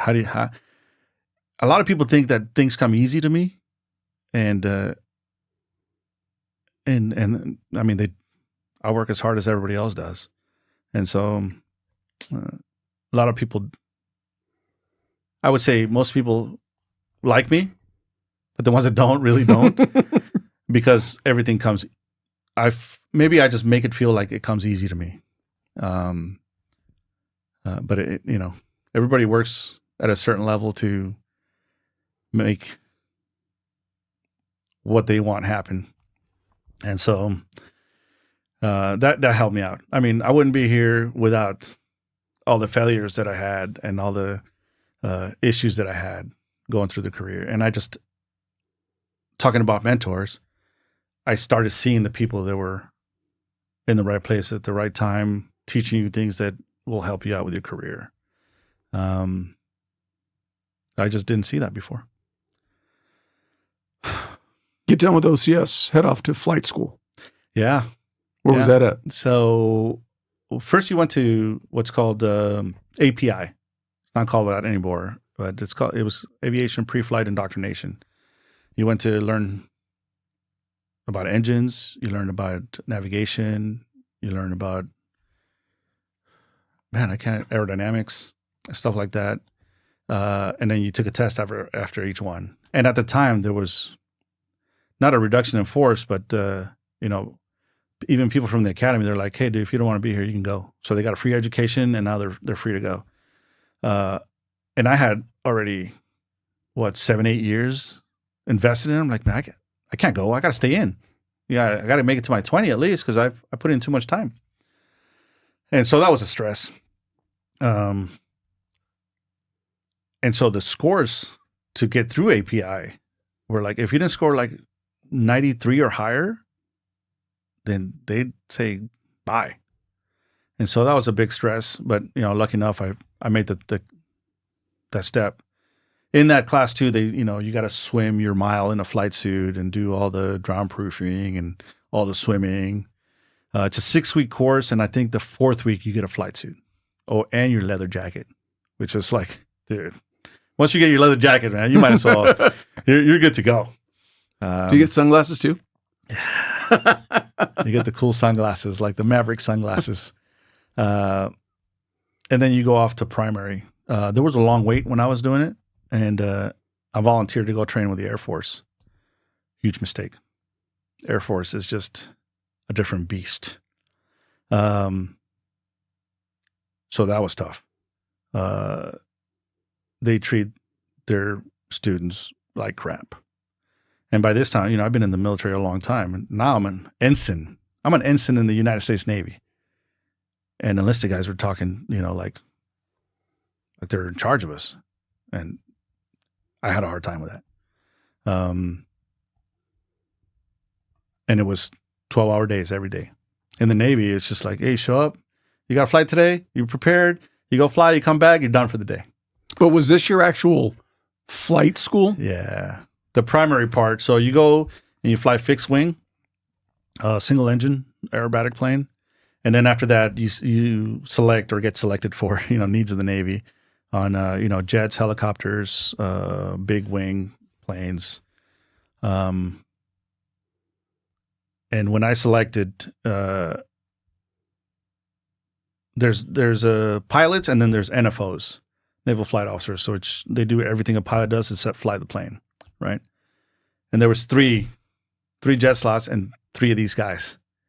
And you can't compete against them because they already know everything. All they got to learn is the monkey skills. And the monkey skills you can teach a monkey. So I wasn't going to beat those guys. And then the Air Force commanding officer like, man, if you want to go E6s, which is, big 4-engine jet, top secret mission out of Oklahoma, nowhere near the water, you can go there. And at the time, advanced training was with the Air Force. So I would do primary with the Air Force and advanced with the Air Force. So it's like, hey, you want to do that? I can get you that job. I was like, is that with the Air Force training? And he's like, yeah. I was like, no, thanks. I am so done with this. I'm barely made it. I was so close to quitting so many times. And then my second choice was helicopters. So I really want to fly helicopters. I thought it was cool. And helicopters, I went to train with the Navy. Oh, man, it was the coolest thing. Most enjoyable student portion of flight training that I had. And to this day, I still keep in touch with a lot of those guys that we were students with. This was 2005 when I got my wings. And we wanted to go to Japan. And so at the time, you can select Japan off the bat because they don't have simulators in Japan. So if you have issues, problems with anything, they have to send you stateside to do extra simulators or extra training. And so in order to go to Japan, the whole air wing, the jet guys, the helo guys, they all had to be, one of the best ones in class.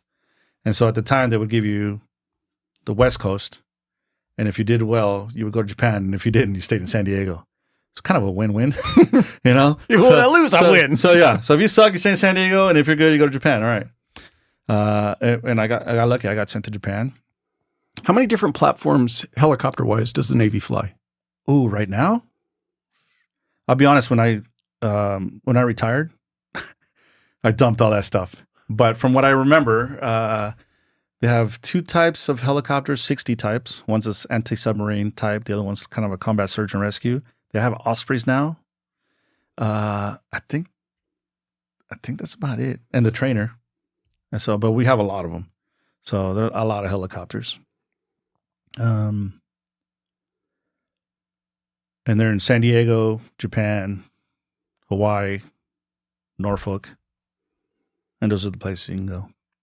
So you're flying helicopters assigned to a rescue squadron, a transportation squadron? I mean, So it was an anti-submarine squadron. So it was, we looked for submarines from the carrier. So we were interzone defense as far as anti-submarine protection. And, but we also did the combat search and rescue mission, which is go over the horizon and pick up any pilots that might be down.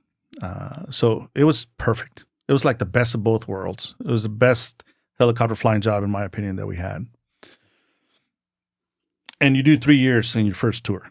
And so you learn, takes you about 9 months a year to learn how to fly the helicopter after you get your wings.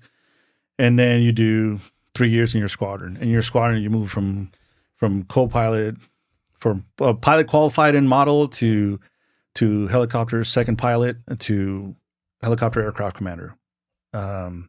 Once you're a helicopter aircraft commander, then you can teach everybody else how to do things. So it's a whole process. It took about 1.5 years before I could do that. And then once you get to this side, man, it's just fun. You teach everything that you learn. You're responsible for the helicopter and everybody in it. I thought it was the coolest thing. And when you're on the ground, you're responsible for either a division, a work center or division, depending on where you are in those 3 years. And it fit me great because, I've been enlisted. I know what these guys are going through. So I really enjoyed that part of the opportunity to lead these folks. And, somebody told me, I don't even know, a mentor is like, hey, remember their names and their history, and they'll never forget you. So it wasn't easy. My memory used to be so good. I mean, not so good now that I'm 50, but as long as I don't forget my wife's name, I think I should be safe. Don't forget your daughters either. Yeah. Nah, they'll forgive me. They'll be all right. My wife won't. So I did 3 years of helicopters. And I felt, because I went to Air Force training, that I didn't get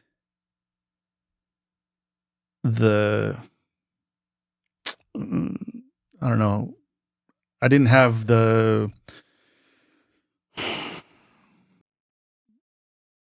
same opportunities?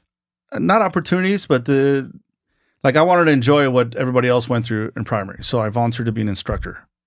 And I knew how to fly helicopters. I knew how to fly planes, and I got to teach people how to fly planes. And instructing is just, I've always loved. It's always been one of my favorite things to do, especially when a student, the first time he's like, oh, I think I got it. You're like, and then you help that person do that. It was one of my favorite tours ever. But we moved from Japan to Corpus Christi, Texas. There's nothing in Corpus Christi, Texas. They're like, that's by the beach. I'm like, yeah, but it's not San Diego, But the job just made it an incredible tour.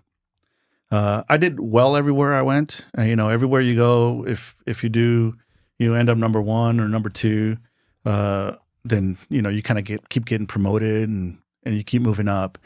And I did well enough out of the first job.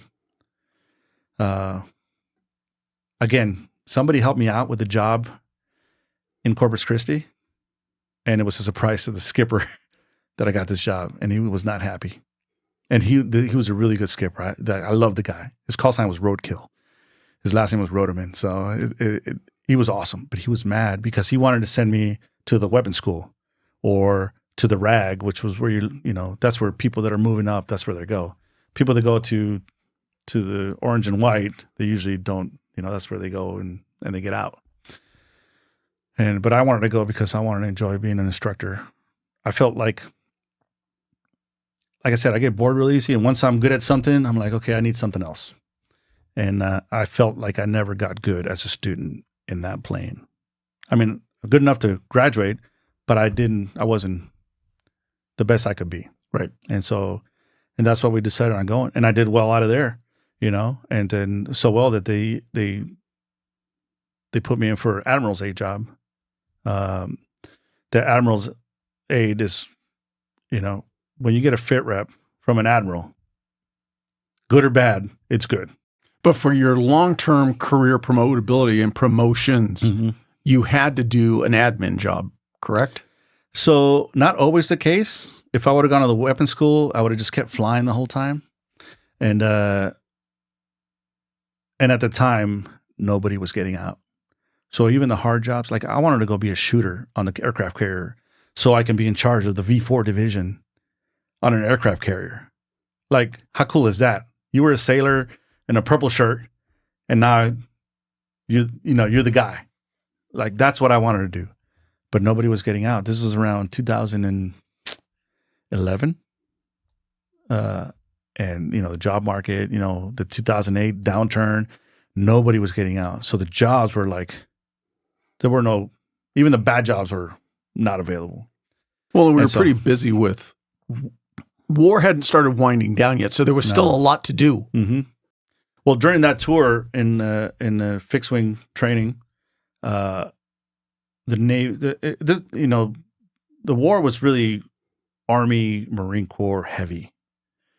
And it got so bad that they needed help. So they were saying onesie twosies called augmentees. And they would send them down to Afghanistan, Iraq to do different type of jobs, And like I said, this is when I volunteered. I said, I want to go downrange.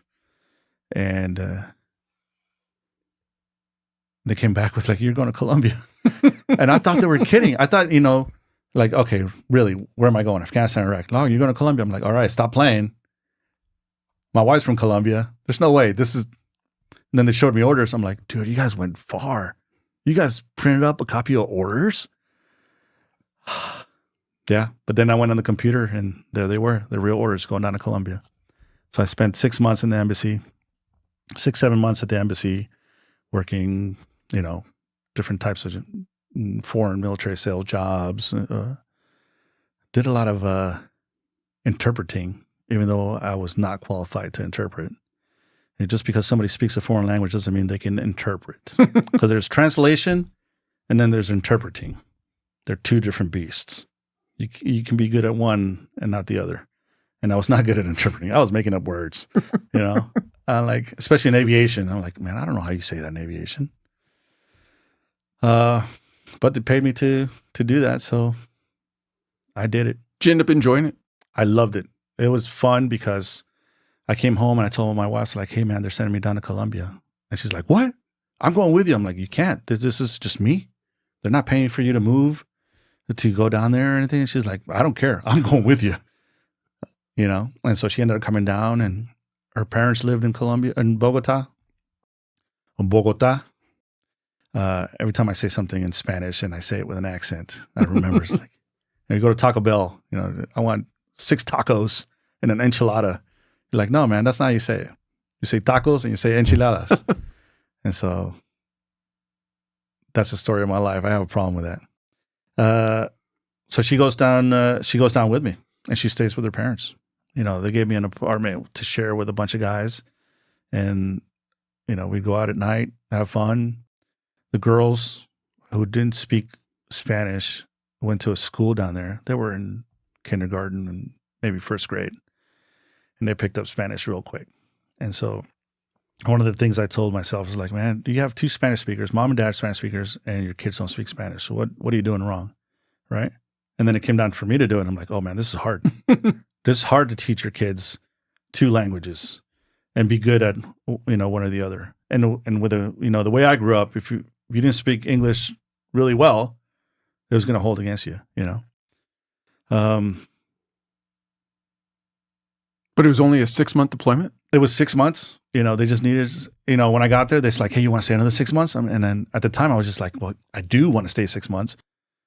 But for a pilot to be away from flying when they're in a flying job, it doesn't go well, because you got to stay on a timeline. And if you mess up that timeline, you don't get enough hours here, you don't get enough hours there, you're not competitive here, you're not competitive there, then you just, you get done at lieutenant commander.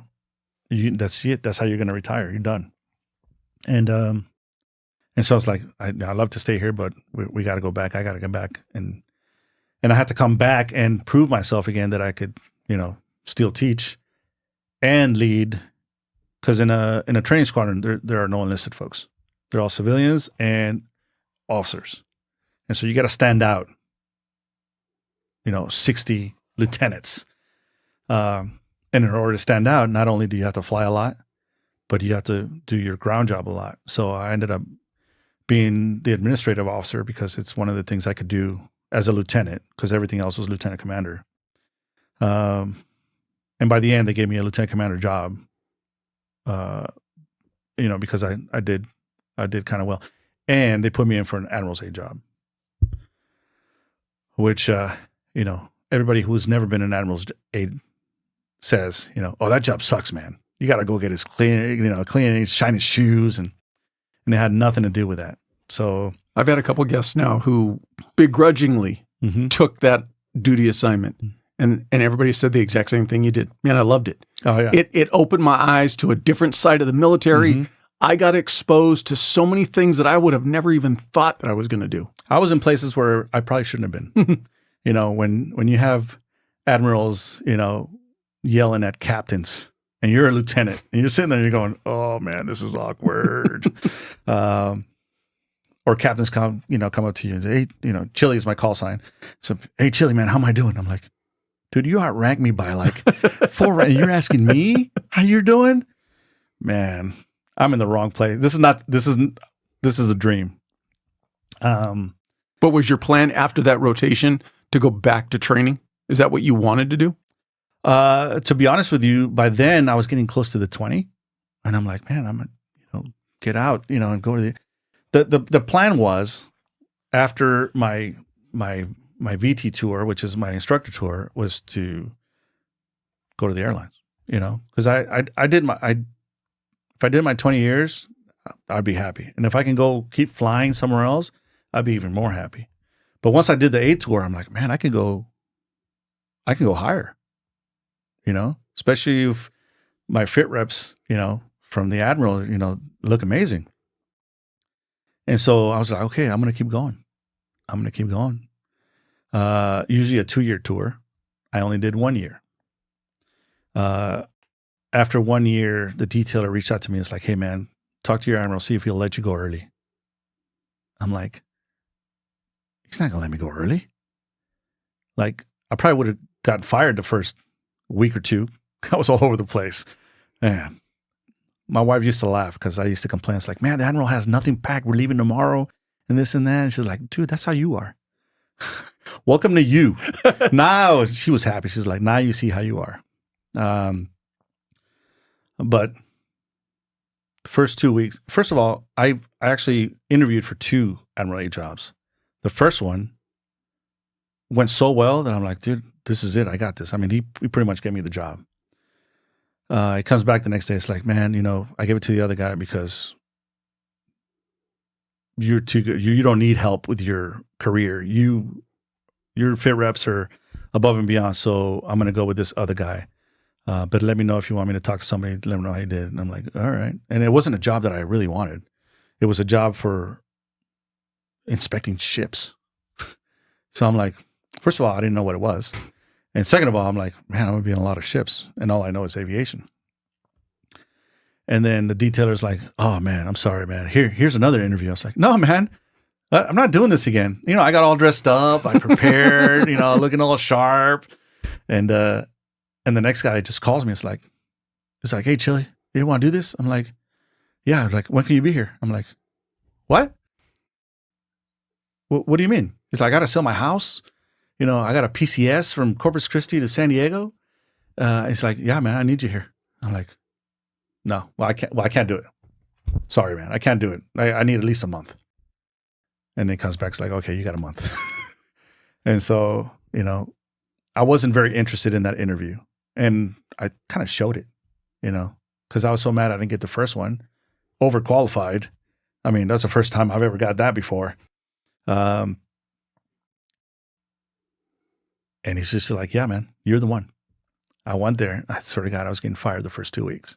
I had to run his calendar. I had to think like him. I had to know what he wanted. It was, and you have help. You have an enlisted yeoman there that no matter where the admiral goes, they go with him. The aides don't always transition like that, but the yeoman does. And she was awesome. She's like, sir, you're screwing up. Like, what do I need to do? And so she helped me out a lot. She probably knew how to run that machine better than anybody. That admiral trusted her more than anybody in it, until I got on board. Right. Because you travel a lot together and nobody wants to talk to admirals.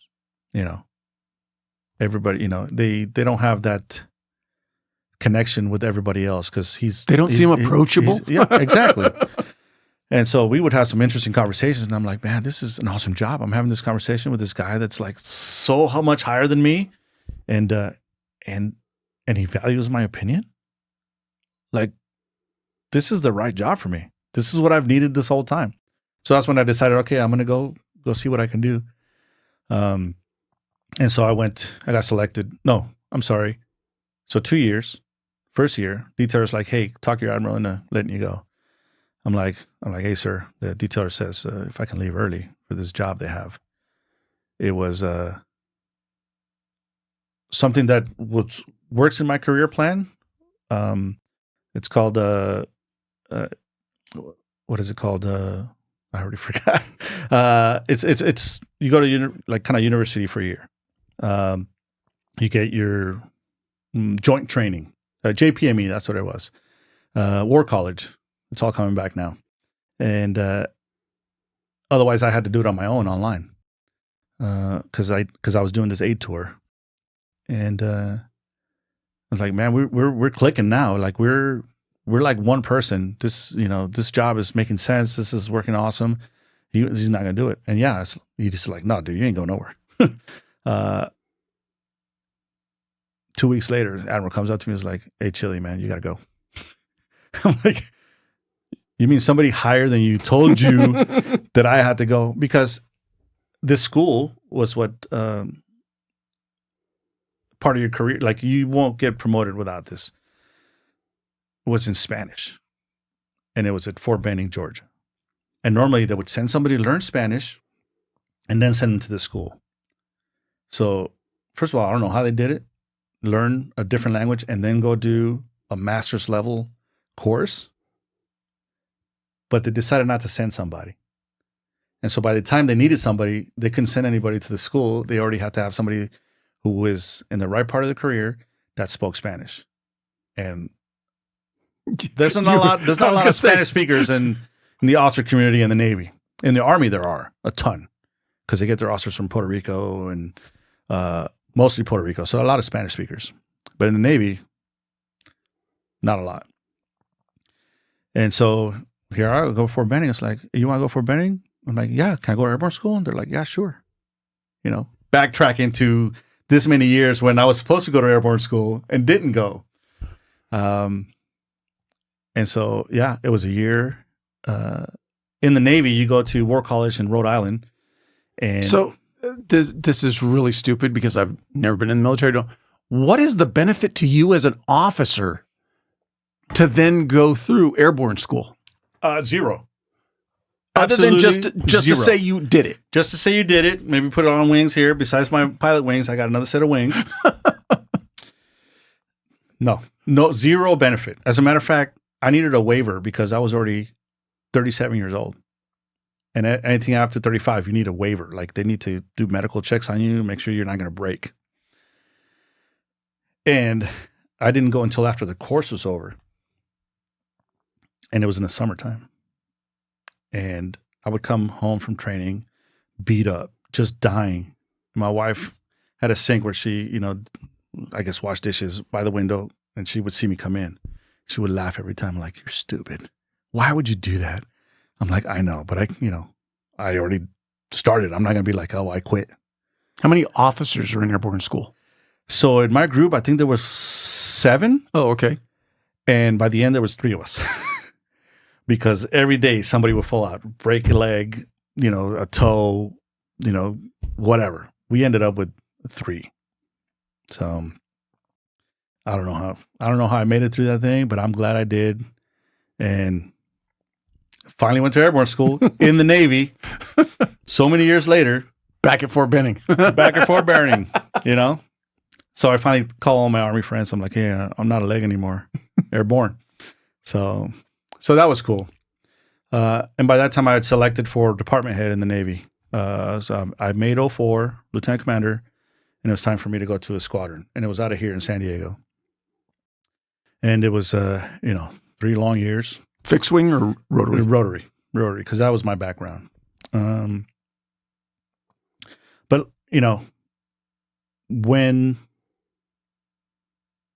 when there's not a lot of people getting out, they pick the people that chose the career path or got chosen for the career path, whether they wanted to or not. So I was already at kind of a disadvantage because I had gone to training command and stuff like that. So,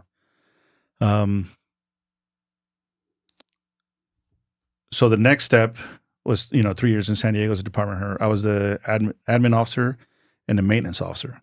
And so I was in charge of like 200-300 people, which, when you think about it, when I was a V4 hose dragger, I'm like, man, I'll never see that. So that was kind of cool.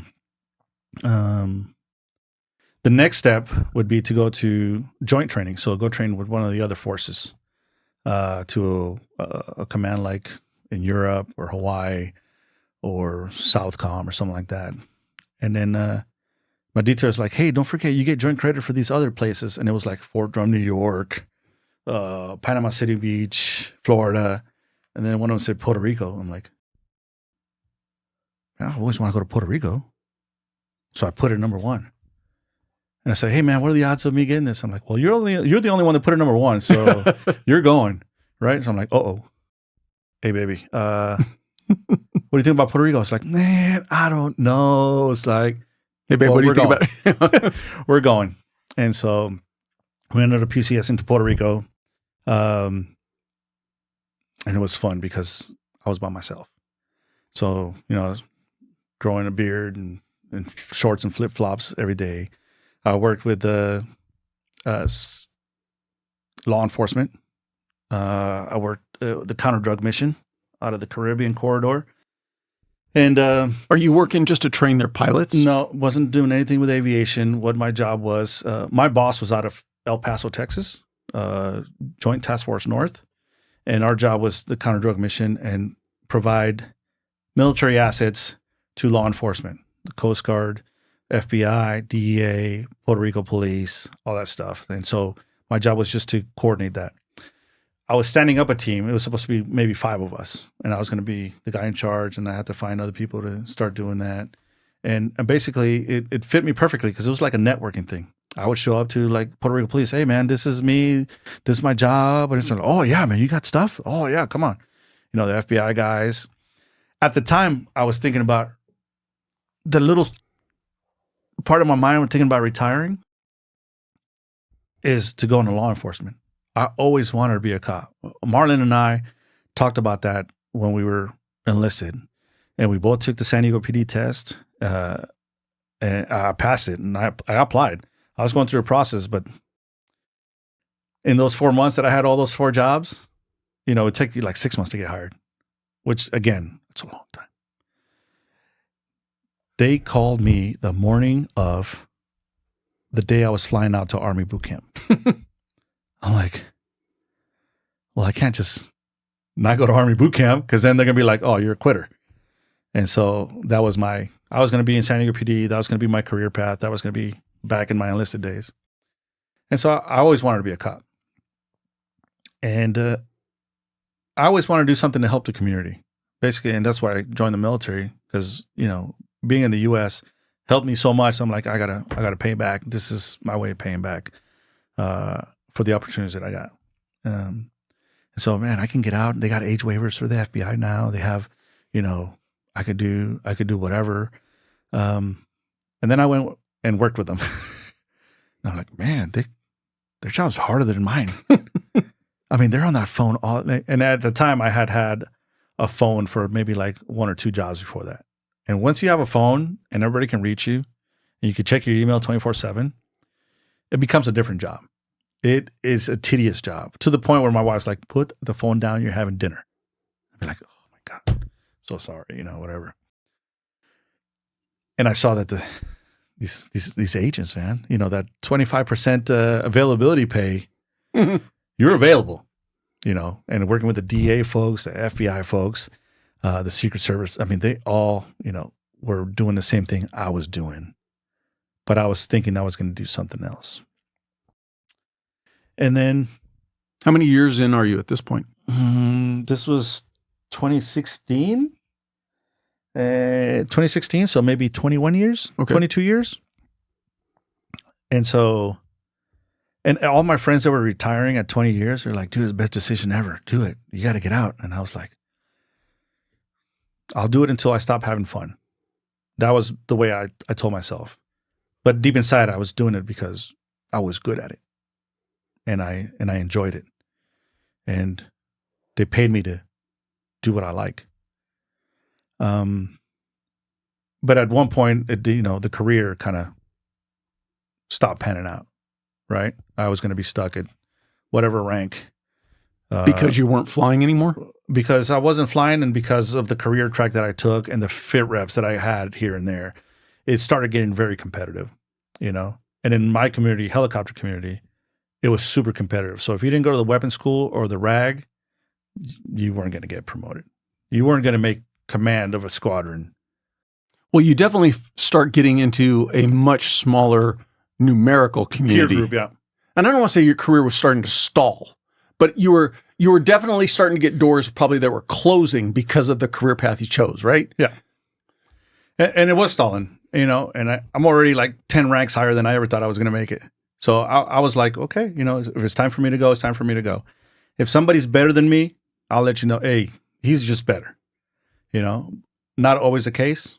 But that's just, I'm a big believer. I mean, I'm not religious, but karma, hey, if it was meant to be, it was meant to be. If not, it just wasn't meant to be. There's Right. other things out there. Does it hurt the ego? Oh yeah. It was tough. It's when I didn't come up for command, I was just like, what? What's happening? Everybody thought I was like on the way to, higher ranks. But of course, hindsight, it's the best thing that could have happened to me. The best thing that could have happened to me. Because after that, when I was in Puerto Rico, I had a friend from the training command, flew in on a United plane. I had dinner with him. It's like, hey man, Oh, he was now a commercial civilian pilot? Yeah, civilian pilot. Like, hey, what are your hours? What do you work? Like, man, I show up, I fly, I land, I'm done. No presentations, no people getting arrested, no special people coming over that you have to get ready for. Well, not back then. Now it seems like every time you turn around, someone's getting arrested off an airplane. Yeah. But not that I'm responsible for Right. it. I'm still walking off that plane no matter what. Right. And I was like, well, how much you get paid? And he told me, and I was like, I'm sorry, what? It's like, yeah, I get paid for this and this, and these are the perks. And I'm like, maybe this is why this is happening, And so at the time I was just like, yeah, man, I've had my run. I've had fun. I've had more opportunities than anybody else can have. And I'm done, The Navy is going to have zero problems replacing me. It's the people that think that they're indispensable, they're like, hey, they need me for this. And a lot of times you work that hard. We're like, hey, man, if it's not for me, this operation is going to fail. Like, it's not. You're replaceable just like everybody else is. Like I said, it hurt the ego. It was tough because I was so used to being so good at something. And I felt like I was better than some of these folks that got selected. But it's like, I'm going to retire. This is 2017. So I applied in September 2017 to retire. Finally, we get to the important part, right? 2017 to retire 1 year later. So September of 2018, that was going to be it. I was in Puerto Rico. I was loving life. I love Puerto Rico so much. I was thinking about retiring and staying there, you know? What happens 2 weeks later? Hurricane Irma comes through. It's supposed to be this massive devastation. Wasn't too bad. Power was out for about 10 days, which here, your power is out for 10 days. That's a big deal. For them, not a big deal. I had a generator and I had a cistern. Before I moved to Puerto Rico, they had a big blackout. So when I moved there, I was like, I want to make sure I have a generator and water. And we got a place with a pool, because when you don't have power, it's horrible. But when you don't have water, you can't flush your toilets, your life goes into, caveman, style. Right. And we're not used to it. We just don't do that very well. So fine, the power comes back on. I'm going to start doing my process to get out, a year out, start doing everything I need to go to TAPS class. What do I need to do to get ready to make sure PCS out of here? We'll probably go back to San Diego, enjoy life. And my plan was to apply to some of these airlines. The problem was that I hadn't flown for 3 years, so I wasn't current. And so I had to go back and start at the bottom, like a regional airline, like a SkyWest Envoy type of airline, and then move on to the big three, big four, if you count Southwest. I didn't have any problem with it, with my retirement and, because regionals get paid a little bit less. With that, it's fine. I'll be fine. We'll be fine. The family will be fine. I had saved money for the girls' college studies, and so I felt like we were going to be fine.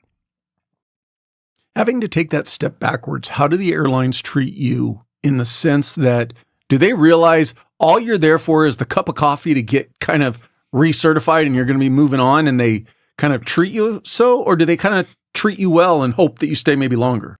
No, they know that the goal for everybody is the legacy airlines, and they keep you if they can, and if they can't, they'll go on to the next one. So that's just, they don't have a choice. They can't be picky. Sponsorship for this podcast comes from Brothers in Arms USA. They're a veteran-owned and operated clothing and accessories brand that's 100% American-made. Every piece tells a story of brotherhood, respect, discipline, and honor. Deeply inspired by those who serve, those who have served, and those who have paid the ultimate price serving our great country. Whether you're an outdoor enthusiast, a proud patriot, or simply somebody who values high-quality American craftsmanship, they've got something for you. Go check out brothersinarms.com, spelled out fully, brothersandarms.com, and use the promo code TRANSITION20 to get 20% off your purchase. And so what happens 2 weeks later, Hurricane Maria comes through, and that one just destroyed the island. The eye went right over my house. And my daughter, my oldest one, had double ear infection. So with that pressure change, she was just struggling. And before, I've been in hurricanes before, not in hurricanes, but in situations, starting from flight school. I left Pensacola for Hurricane Ivan. Well, you get in your car, you drive. Well, you can't drive out of Puerto Rico. And so I called all the airlines. Hey, I need a flight out of here. Like, no, man, all the flights are gone. Everybody's getting off this island is gone. It's already got a ticket. And so I was just like, okay, I guess we'll write this thing out. The devastation and the response from the government. I always knew Puerto Rico was kind of like the bastard child. I finally saw it. There was no help. And after Irma, working with the Coast Guard guys, after Irma, they reached out to me. It's like, hey, man, we need your help, man. There's a bunch of ships offshore with supplies, and we can't get a hold of them. We don't know how to get a hold of them. Nobody knows anything. And then, of course, I knew how to get a hold of them. I just called a friend back in States and said, hey, man, I need the POTS line to that ship, and so we can start getting helicopters with water and food. And they're like, dude, thanks for being here. Like, man, I'm lucky we're here, because Navy guys don't come to Puerto Rico. After Rosie Roads closed, the Navy guys don't go to Puerto Rico unless they're recruiters or something like that. But once Maria hit, devastation. Like, I couldn't get diesel for the generator. this is when I found out that not speaking like a Puerto Rican cost you the ability to buy diesel for your generator, right? I lost communications with command. They gave me a little box with a little red button that said, if you're in danger, press this button. I don't know what would happen if I press that button, but I had to press that button. Because once Hurricane Maria went through, 6 hours later, all the cell service just poof. So I didn't hear from anybody for 4 days. And we had, enough food for those days and water and stuff like that. But it was getting to a point where, dude, I need to get some diesel. I need to get some food, some ice, because we weren't keeping anything cold. And then my buddy reached out. My phone rang out of the blue, and I don't know how. Maybe a cell tower, they replaced the battery or whatever. And my buddy Chip Murphy, he's like, "Hey, dude, how you doing?" I'm like, "Dude, this is the first phone call in 4 days, man. I need help. These are the numbers to call." And he's like, "Hey, our other buddy, Worm is his call sign. He was in charge of big planes and transportation and parts and stuff like that. It's like, hey, dude, he's sending a plane down there to Puerto Rico on this day. Be there with your family and you'll get on." And so we left the house. It was just us and the pets. We went to the airport. It was supposed to be there at 10. Nothing. And I didn't know if it was going to be at the airport or at the FBO, which is where all the private planes go in there. And it finally got there like around 6 p.m. Wow. Yeah. So imagine this whole time. And then people, like there was FBI families, DEA families, because they all knew that it was coming. And we got on and we left Puerto Rico, we left everything. We left the car at the airport. Got to Jacksonville. That's where it flew in. And I just got us a room at the Navy Lodge. And I was like, "Hey, boss, this is what happened. What do you want me to do?" I was like, "Well, you already submitted for retirement, man. Where are you going to settle down?" I'm like, "Well, I was thinking Dallas because that's, there's a lot of airline jobs in Dallas. So, can I go to Dallas?" I'm like, "Yeah." So they got us a room in Dallas, a residence inn, make it a little bit more comfortable. We were there for about 6 months. Wow. We didn't have power in Puerto Rico for 4 months. I started going back and forth to check on this stuff and do missions because, I still had a job. I still had to, especially with the connections I had and how to get help to the island. And yeah. And then so 6 months go by and I'm like, "Baby, all our stuff is in Puerto Rico. We're going to retire." The first time I got out of the Navy, I got out in haste. I did not prepare. I didn't do the right things. I can't do that again. Let me back up a little bit. I told her, "Hey, baby, let's go grab a beer." Apparently, when I'm going to make big life decisions, I tell her, "Hey, baby, let's go grab a beer." And so she's like, "What's going to happen?" I'm like, "Listen, we're 6 months out. I haven't even been to TAPS class. All our stuff is in Puerto Rico. We don't know what's happening. I don't think it's a good time to retire." Plus the fear of getting out, also probably helped. And I had just come up on the promotion list. So I'm like, I was going to turn down the promotion so I could retire. So I'm on the promotion list. Let's just take this promotion, take orders to one more place, and then we're out, right? Because I got promotion on the promotion list, and so you got to go back out to sea, right? So you're like, "Yeah, well," she couldn't argue with that. She's like, "That's the right thing to do. We need to do that." So I called the commander. It's like, "Hey, listen, pull my retirement. I'll take this promotion and I'll take orders and we'll try again later." Took orders. So, the girls are older now. It's like, "Hey, what do you guys want to do?" Well, they were stationed in Japan, but they were little. So they're like, "Dad, we want to go to Japan." And I'm like, I call a detailer. It's like, "Hey, man, what do you got in Japan?" It's like, "Man, I only got one job." I'm like, "Yeah, what is it?" It's like, "It's a safety officer on the aircraft carrier." And my whole career, I told myself, there's one job I'm never going to take. And that's a safety officer on an aircraft carrier. But it's in Japan, and the girls want to go to Japan. And if I get out in Japan, I could just go back stateside for a year and punch out. So I took it. Why didn't you want to be a safety officer? It's kind of like, it's where people go to die. You know, that's where, if you know you're a safety officer, it means you're kind of done. You know, and you get treated as such. You're like, hey, bro, your career's over. You know, and for somebody who was always aiming to move up, it's tough. But my first year was amazing. I enjoyed it, man. We loved Japan. Everything was fun. We were having a good time. I was getting ready to, as a matter of fact, because it was only a 2-year tour. At the year, the detailer called me. It's like, hey, man, I got this job in Atsugi, which is about 45 minutes away, flying C-12s, which is multi-engine props, currency. I can get current, right? It's like, no, man, I'm getting out. I'm about to drop my retirement paper, you know, get orders to San Diego, and I'm out. I'm done. You know, this is it. A couple of weeks later, COVID. It's like, hey, dude, you still got those orders for? He's like, fuck you, Chili. That shit is gone. You screwed up. I'm like, dude, just give me anything. If I don't get back in the cockpit, that means I have to do these next 2 years, not fly, and then go to the regionals and fly 3, 4, 5, 6 years, and then the majors. And, you know, I'm not getting any younger. And I knew I've been an instructor in Corpus before, and I knew there was jobs there. So I'm like, dude, send me to the training command. I'll clean bathrooms as long as I can instruct. I'll do anything. And he hooked me up with the job at Sinatra, which is the Chief of Naval Air and Training, is in charge of all the training, the whole training command. And yeah, we PCS to Corpus Christi. I told myself when I left Corpus Christi the first time, I was never coming back.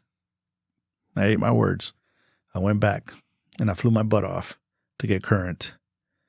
And it was my favorite job, one of my favorite jobs. And I could have done that. There's people there right now because we were so short-staffed.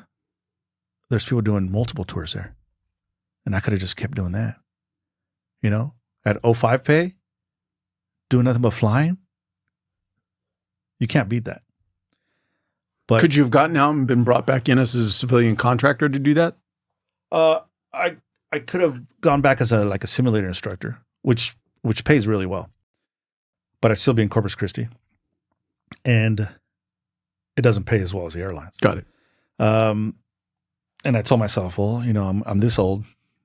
If I don't leave now for the airlines, it's never going to happen. I'm just going to do 10 more years at 05 at dead end job to dead end job to dead end job. And then I'm going to retire. And what am I going to do?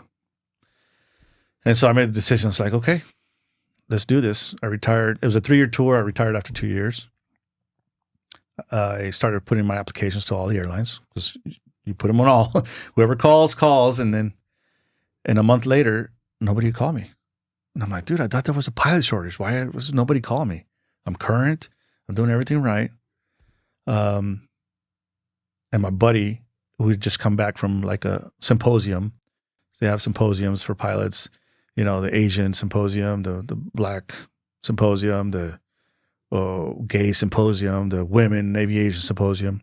And that's where you kind of go meet the recruiting team, right? And so he had gone to the Asian one in Vegas, and it cost him like $40. So I'm like, dude, why didn't you tell me? I was, interested. It's like, I don't know, but there's another one coming up, and the next one is a black OBAP is called Black Professional Officers, something I don't even know what it means. Signed up for it. It wasn't $40. It was like $800, and I had to pay like $1,000 for interview prep, that I had not started because nobody's calling me. And I showed up. I told my wife, I was like, well, I'm not going to pay $100 or $600 for this thing in Phoenix, Arizona. I just wait till the one here in Fort Worth comes. That's later in the year. And she's like, no, dude, you're going. You're going. And so I ended up going. I showed up. I decided to meet with American, United, Delta, Southwest, Atlas. And these symposiums, all the attendees like you, are they military people? It's everybody trying to get in front of the major airlines. Correct. Yeah. Everybody that's trying to get a job with any airline will go to this. And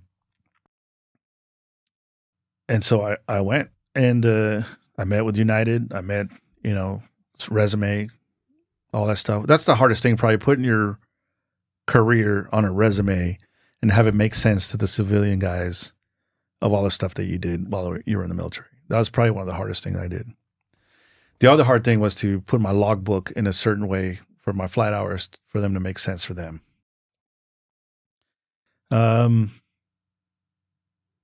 So I talked to United. That silly question. They don't have the, this may even sound rhetorical. A logbook's a logbook's a logbook. No, can't they just look at your logbook and interpret it? So no, military time works different than civilian time. Civilian time, you get paid from the time you leave the chocks to the time you come back to the chocks. So if you're sitting in the taxiway for 2 hours, that's flight time. That counts for them. So they give us like a 0.3 waiver per hour or per sortie to add to ours, because ours in the military, it's from takeoff to landing. Got it. And helicopter hours count different. Fixed wing hours count different. If you're in a 3-pilot crew, they count different. So it's just a math nightmare almost. And so this whole time I wanted to work at American until I got to Corpus the second time. Everybody was going to United and Southwest. So everybody knew somebody at United, everybody knew Southwest. I knew an old boss who was the admiral of the Reserve Air Force that's at United, and he wrote me a letter for United. And so it's just like, that's where I want to go, United. And the buddy that came to Puerto Rico was at United. So I'm like, I think I want to go United. And then I met with the United in the morning, American before lunch, Delta after lunch, and Southwest in the evening. Before I went to the Southwest one, it was like a meet and greet. You show up and you show them your resume. It's like, hey, why do you want to be a pilot? What do you have to offer? Can you bring to the team? And then you start, trying to say everything that you did without, using bad words, because you use so many bad words in the military that they're just natural.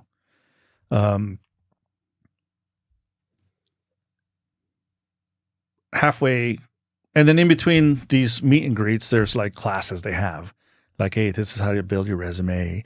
This is how to do well on your interview. So I was in one of those meetings, right? I got a phone call from a Hawaii number. I'm like, scam, right? And then I'm done. I listen to the message like, hey, just wondering if you're willing to do an interview today. And I'm like, American. So I can't say no. The meet and greets are not formal interviews. No. They're just, here's my resume. Here's a little bit of who I am. To ruffle through people, because they get a lot of applications. And I had not prepared. I paid, like I said, $1,000 for this interview prep, which everybody pays for because everybody knows it's good and it works. And I'm not going to say no. So she was like, yeah, I want to come in. It's like, well, I gave your slot away for today, but can you come tomorrow morning? I'm like, yeah, I'll be there. And I went home and I worked myself back, because there's a process, from beginning to end of that interview prep. I just worked opposite. And I did as much as I could that night until I was just pooped. And I went in the next day and feeling very underprepared and did an interview with American. And it was such an amazing process. Like I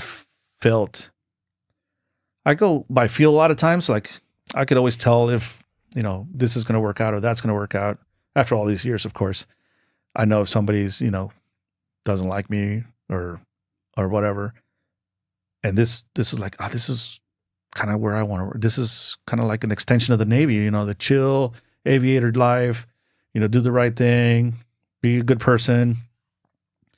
And, was it a single person interview? Like one-on-one? No, it was like 2 different interviews. One was an HR person that was asking me, questions, HR questions. And of course, as soon as I told her I was a safety officer for a nuclear powered aircraft carrier, she was kind of done. And then the second part was 2 pilots.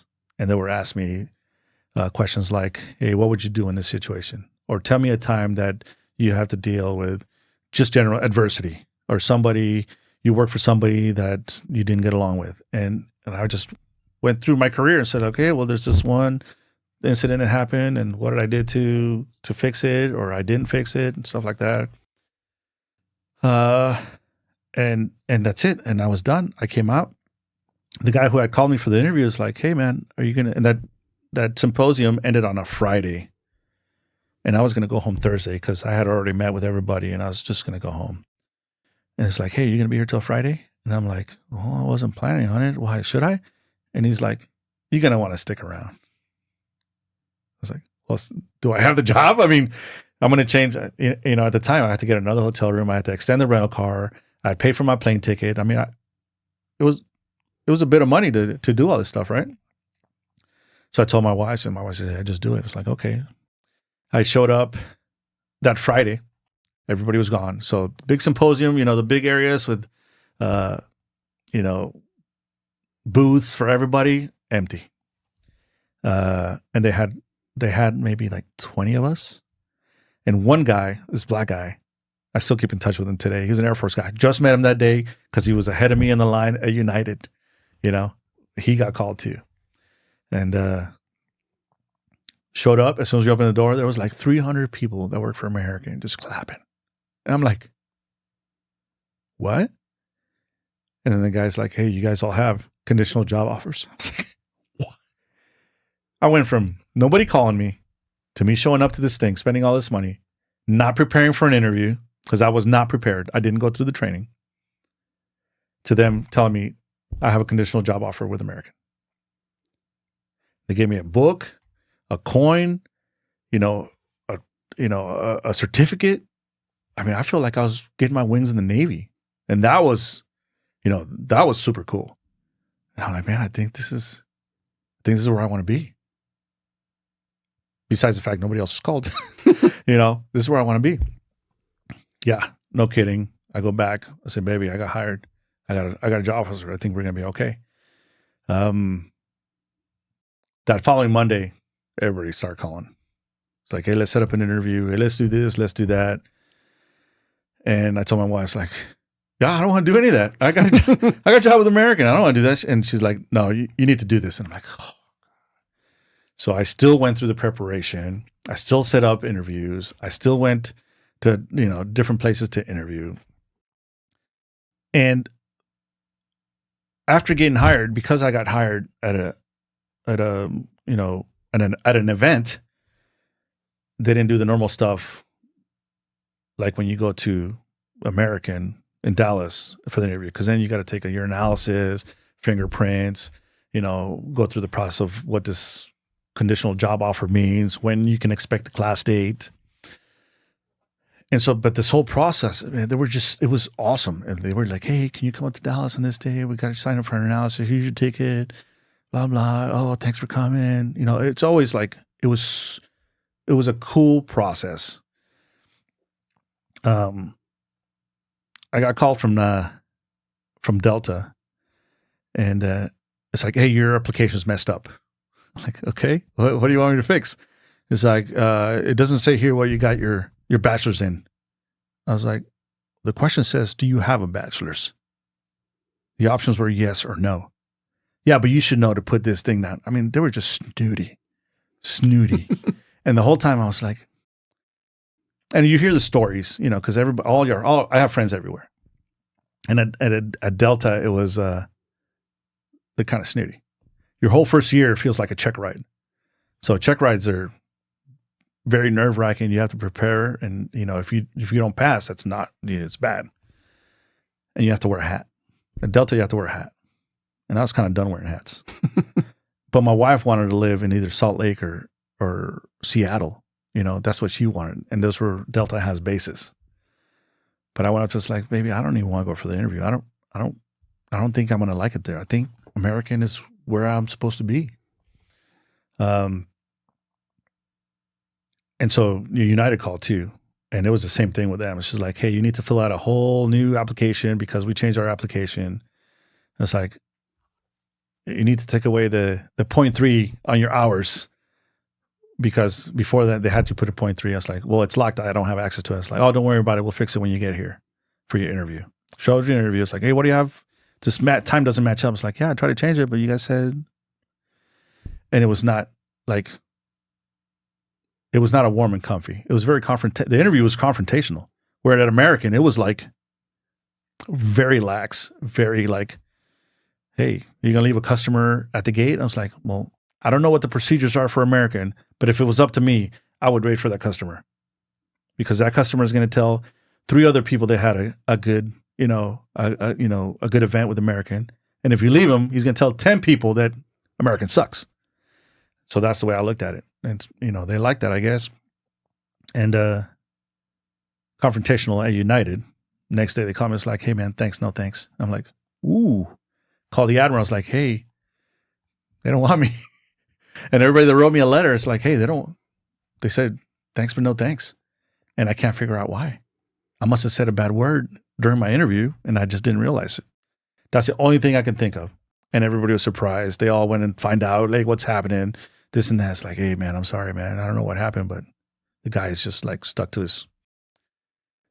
his guns about not being too impressed with me. I'm like, yeah, so he's the 1% that I get every once in a while that doesn't like me.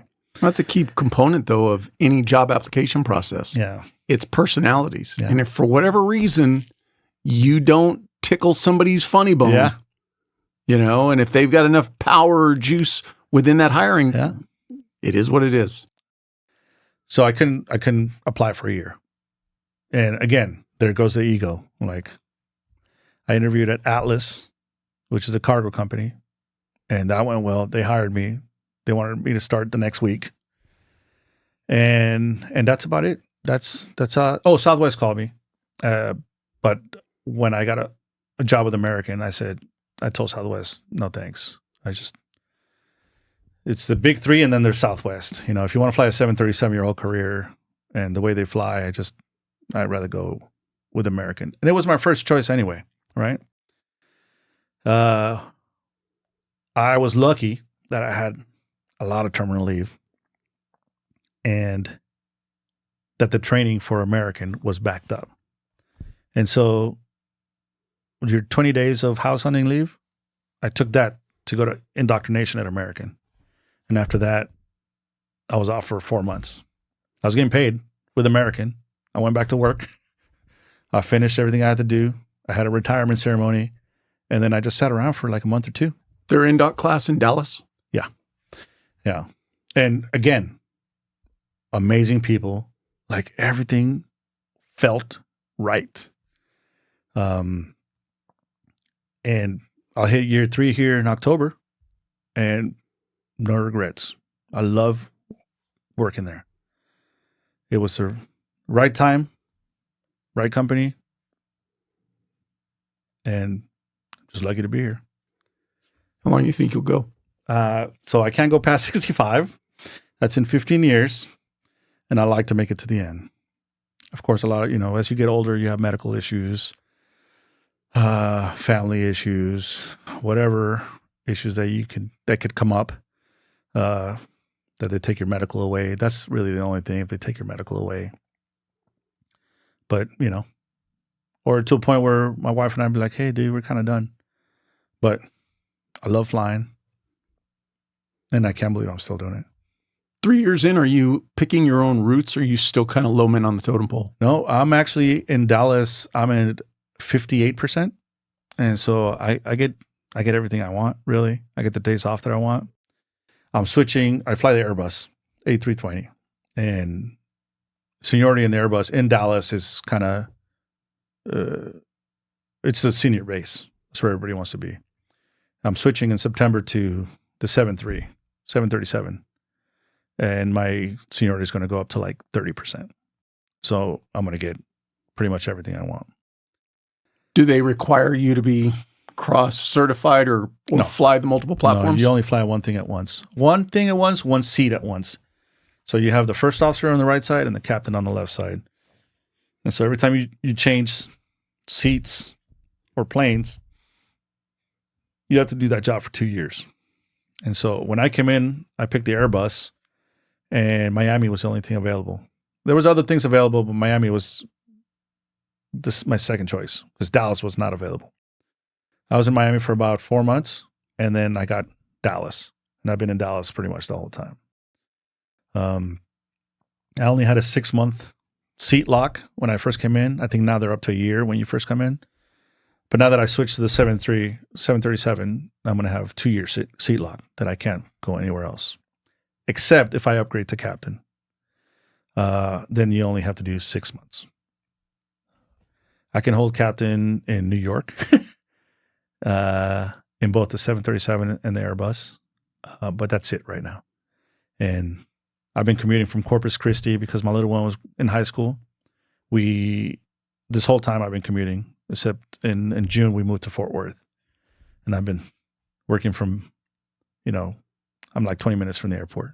It's awesome. That was the only hard part about being an airline pilot was commuting, and a lot of pilots commute. There's people that live all over. I mean, when you live in Seattle and you have to fly from Seattle to Dallas and then start work, and then when you end work, you got to fly back to Seattle. That's tough.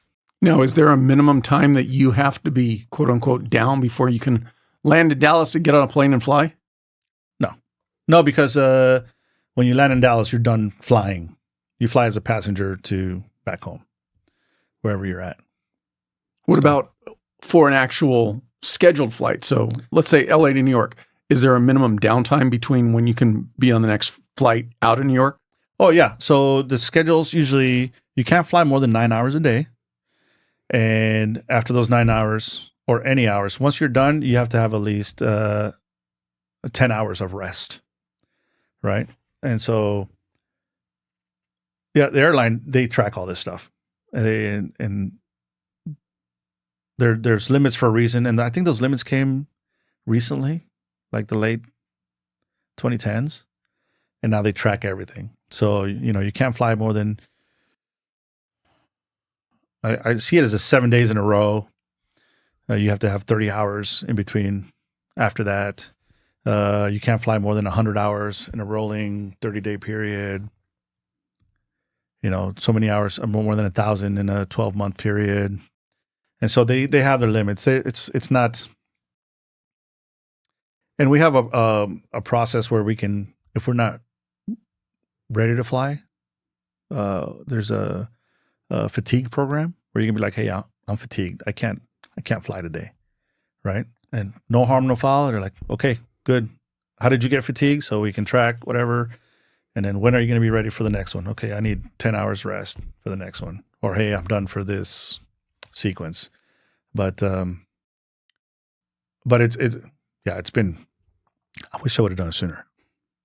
I really do. Now, do you quote unquote have a detailer who puts you on your routes? And is that another pilot job also? No. So pilots just fly. And there's a schedule. The company puts out, what they want to fly in a perfect world. And then they put trips, 1 day, 2 day, 3 day, 4 day, up to 5 day trips and put it out there. The more senior you are, the better trips that you can hold. 1 day, 2 day trips. The more junior, then you're on reserve. And so if you're on reserve, you're either on long call reserve or short call reserve. The short call, most airlines have a 2-hour limit. We don't. It's not in our contract. So there's no time limit. But it's got to be less than 12 because long call is 12 to 14 hours. They call you, be like, hey, you got a flight. You're going to be here. Like, yep, we'll be there. Do you have your, what do I want to call it? I don't want to call it necessarily a bucket list, but what's your end goal? Like, what would be the optimal assignment for you that you're aiming for? So the one that makes the most money is wide body captain. So 777, 787. But I don't have the time to do that. Right now in my company, I think it just got to there's like 16,000 pilots. So just for American? Just for American. Wow. To get to wide body captain, I think you have to be up in the first 3,000. And that's for like New York. In Dallas, you got to be like in the thousands or in the hundreds, and I don't have the time because when I to get enough seniority. When I retire, I'm going to be in the 4,000s. And so really my goal is to do a little bit of wide body flying in the right seat as a first officer, and then maybe just retire as a captain in a Airbus or something like that. So Now, you had the optimal scenario coming out of the military because you had this pending job offer. But how was it for you getting out and now being the first day that you actually realized I'm a civilian? How was that for you? it was tougher than I thought it was going to be. You want to say you won't miss it, but you do. You miss a camaraderie. You miss the brotherhood, sisterhood, interchangeable. You miss having people around. I've flown with the same captain twice in 3 years. I have a flight tomorrow. I've never met the guy. So there's not a lot of, in the military, you did a lot of things with the squadron. The wives got together. There was always something to do, something fun to do. So you're not assigned as a team No, on the civilian side with another pilot? no, there's no group. And don't mention flight attendants. They switch those out. We don't even take one trip together. They're just the scheduling. The scheduling at this company is crazy. It's just, I don't know how they do it. I thought the Navy was impressive in getting stuff done. The airlines just, they put stuff together and I'm like, oh, okay. But it's all revenue based. So they need to make those numbers. And so they make sure that they have what they need. And they train new pilots, as they need more pilots, they train more pilots. And so historically, and captains that I fly with, they spent 20 years flying as a first officer before they could upgrade. And so in my mind, when I was going to take this job, I was going to be a first officer my whole career. Like I never thought I would have the opportunity to upgrade to captain. And now, I'll be able to do it. Because the pilot shortage is so big. They say the pilot shortage is gone, but it won't. It's just, the way the economy is going right now. It's going to ebb and flow, and they're going to need some. Sometimes they're not going to need any, but at the end, they're going to need a lot of pilots. Well, you're definitely making my dad proud right now because I grew up in the American family. No kidding. Yeah, my dad worked for American. He would have been one of your purple shirts. He fueled airplanes. Nice. And he passed away. So I came up in that era when, for instance, I remember, maybe 4th grade, 5th grade, they were still running 5 flights a day to Hawaii, regardless if the plane was full. Yeah. And then the gas crunch hit the late 70s, and all of a sudden now it's like we got one flight because we're going to make sure it's guaranteed to get full. Yeah. So flying as a non-rev went out the freaking window. Yeah. But, a lot of family in American, and I'll say extended family, not blood family, but just the unions and family and stuff like that. But then about 15 years ago, started flying a lot. I was teaching, and so I had to fly pretty regularly back east. And a friend of mine just said, pick an airline, stick with it. And at that time, they really said, hey, United's doing it right. And I've just never changed. I just, not necessarily that I couldn't get as good from American. It's just force of habit. I just go to my app. I need a flight on United.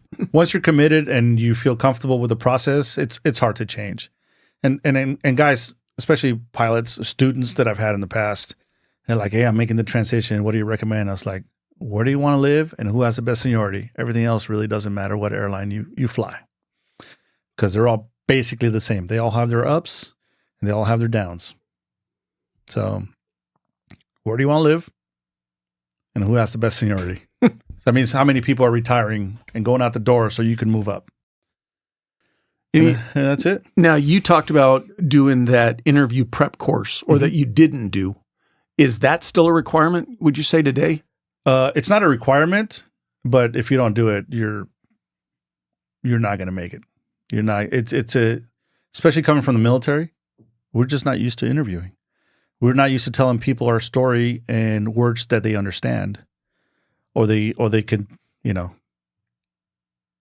have a lot of words that we have made from other words, and so you tell a civilian guy, I'd be like, well, that's not impressive. Because they don't know what it means. So you do have to prepare yourself in that way. Is it a prep course specifically for the airline industry? It is. It And is. what's the name of it? It's called Spitfire. Spitfire. Spitfire, yeah. And they have, hey, you want to get hired with Delta, this is what they look for. You want United, this is what they look for. American, this is what they look for. But small areas in that, most of the whole thing is just like, hey, this is how you interview. This is how you translate your military life into civilian life. And it's for civilians too.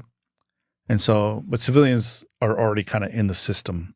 So they kind of know how to do it. What percentage of other pilots you work with are ex-military? I was impressed on how many military I do fly with, If I was to put a number on it, at least 50%. Yeah. That's just, and again, that's a lot of pilots, but it's always, fly with a lot of Air Force guys, a lot of, couple of Marines here and there, a couple of Army guys. Yeah. Some Navy guys. So, but yeah, I've been surprised how many military are doing this job, especially since American has a flow through program from the civilian side. So they hire a lot of civilians. I think it's a good mix of both, because if you have a lot of military, then it just becomes the military, if somebody doesn't whine about something that you would never whine about, then you would never get that, whatever we're looking for. Hey, I need another day off. Hey, I need a pay raise, because when I got to this airline, I was like, man, that's a lot of money. And those guys are like, man, we're not getting paid anything. I'm like, okay. And then new contract came in and I'm like, oh my God, look at this paycheck. And then people still whining. So you gotta have a healthy of everything. Does being a pilot help in a way kind of insulate you from all of the, what people might refer to as the drama on the civilian side, because you're in an airplane? So you're only working with, in theory, X number of people. As far as just customer service, or no, just one of the things that I've heard a lot of people talk about is, I come from either the veteran or first responder community. I go into the civilian world where I'm working in an office and I'm amongst a lot of other people who didn't come from where we came from. And so you immediately, like you said, we use words, maybe sometimes we don't realize that they're offensive or whatever it is, but aren't you a little bit insulated from a lot of that, being a pilot and not interacting with as many employees? Yes, very insulated. And I would say that the older crowd is not as in tune with where society is going. They're flying with a lot of young kids. People, they're getting hired at 23, 24 years old. They're going to do this job for 45 years, and they're having a hard time dealing with the way young people are, the way they're on their phone all the time, the way, they respond or their process. And so that's been the biggest, from what I've seen and the stories that I've heard, because you're always like, hey, man, these guys are taxiing on the taxiway, on their phone. Of course, I've never seen it, so, but there's always stories. A lot of people don't understand how good of a job this is. Like, I would never do anything to, like, even remotely risk not having this job. I just 50 years old. I can't just be like, oh, whatever. Right. Other people that do that, yeah, they're everywhere.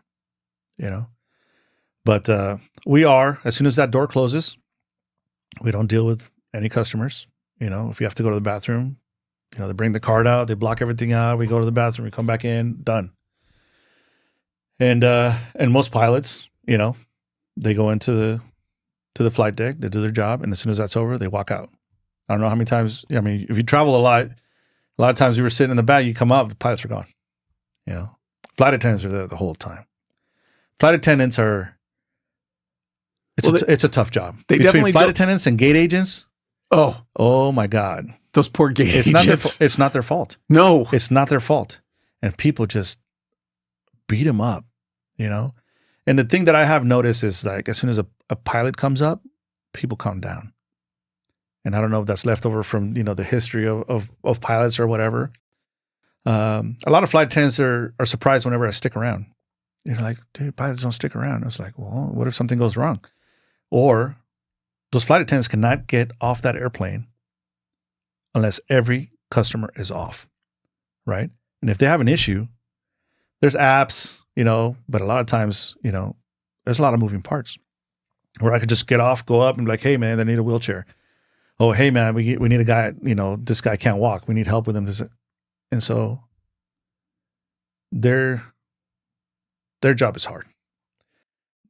Our job is easy, and it's fun.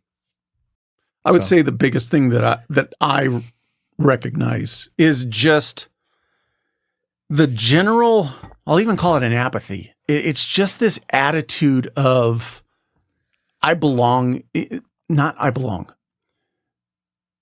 It's not considered a privilege anymore to fly like it was when I was a young kid. And people really take the attitude of all they've done is they got up off their couch and they're now sitting in the chair in the plane. Yeah. And they expect their life to be exactly the same. Yeah. It's different from when we were, back in the day. I used to always travel in, a shirt and a tie and slacks. Now, everybody travels in yoga pants, which I don't recommend.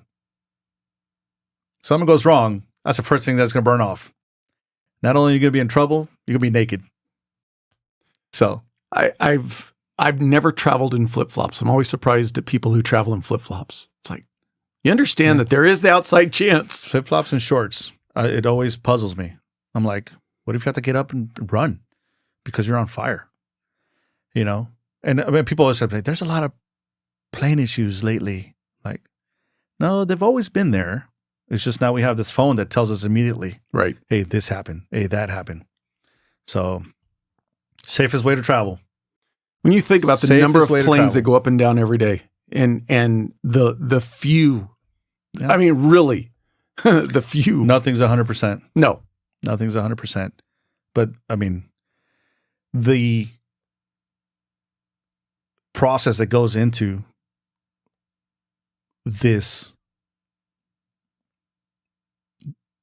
I don't know, this job, everybody is like, nobody is going to be like, oh, it'll be fine. Oh, we'll fix that later. There's rules for everything. And there's processes for everything. And if that process doesn't meet all the wickets, you're not going anywhere. And if you're mad because you're going to be late to your meeting, guess what? You should have left yesterday. Yeah. I'm going to miss my connection. Well, maybe you shouldn't have done a 45-minute connection. So, but what can you do? They have lounges at the airport for a reason. They do. They do. But overall, I mean, it's great. It's awesome. I'm impressed with the people, the operations, and the equipment.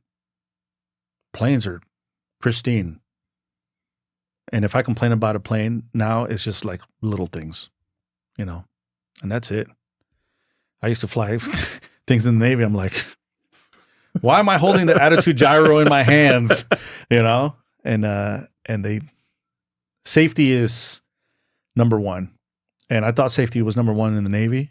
It's in the civilian sector. It's crazy. It's crazy. And that's why it's so safe. So I like to end with giving you the opportunity, if there's any piece that we've not hit on, especially from the transition component, and any advice you could have somebody coming into the civilian aviation industry. You gotta have faith. And I'm not a religious person, so I don't mean that in a religious way. I mean that you have to trust. You have to trust yourself that you have done everything that you can to make the transition as easy as possible. And you can't expect things to line up for you if you're not putting in the effort. And it's scary. It's super scary. But it's got to happen. Can't stay in forever. And so just prepare yourself for that day and don't get too comfortable and prepare to get out. Don't be just like, hey, I'm getting out. I'll figure it out, because you might not. I appreciate your time. Thanks All right. for sharing your story. As always, thank you for listening or watching the episode.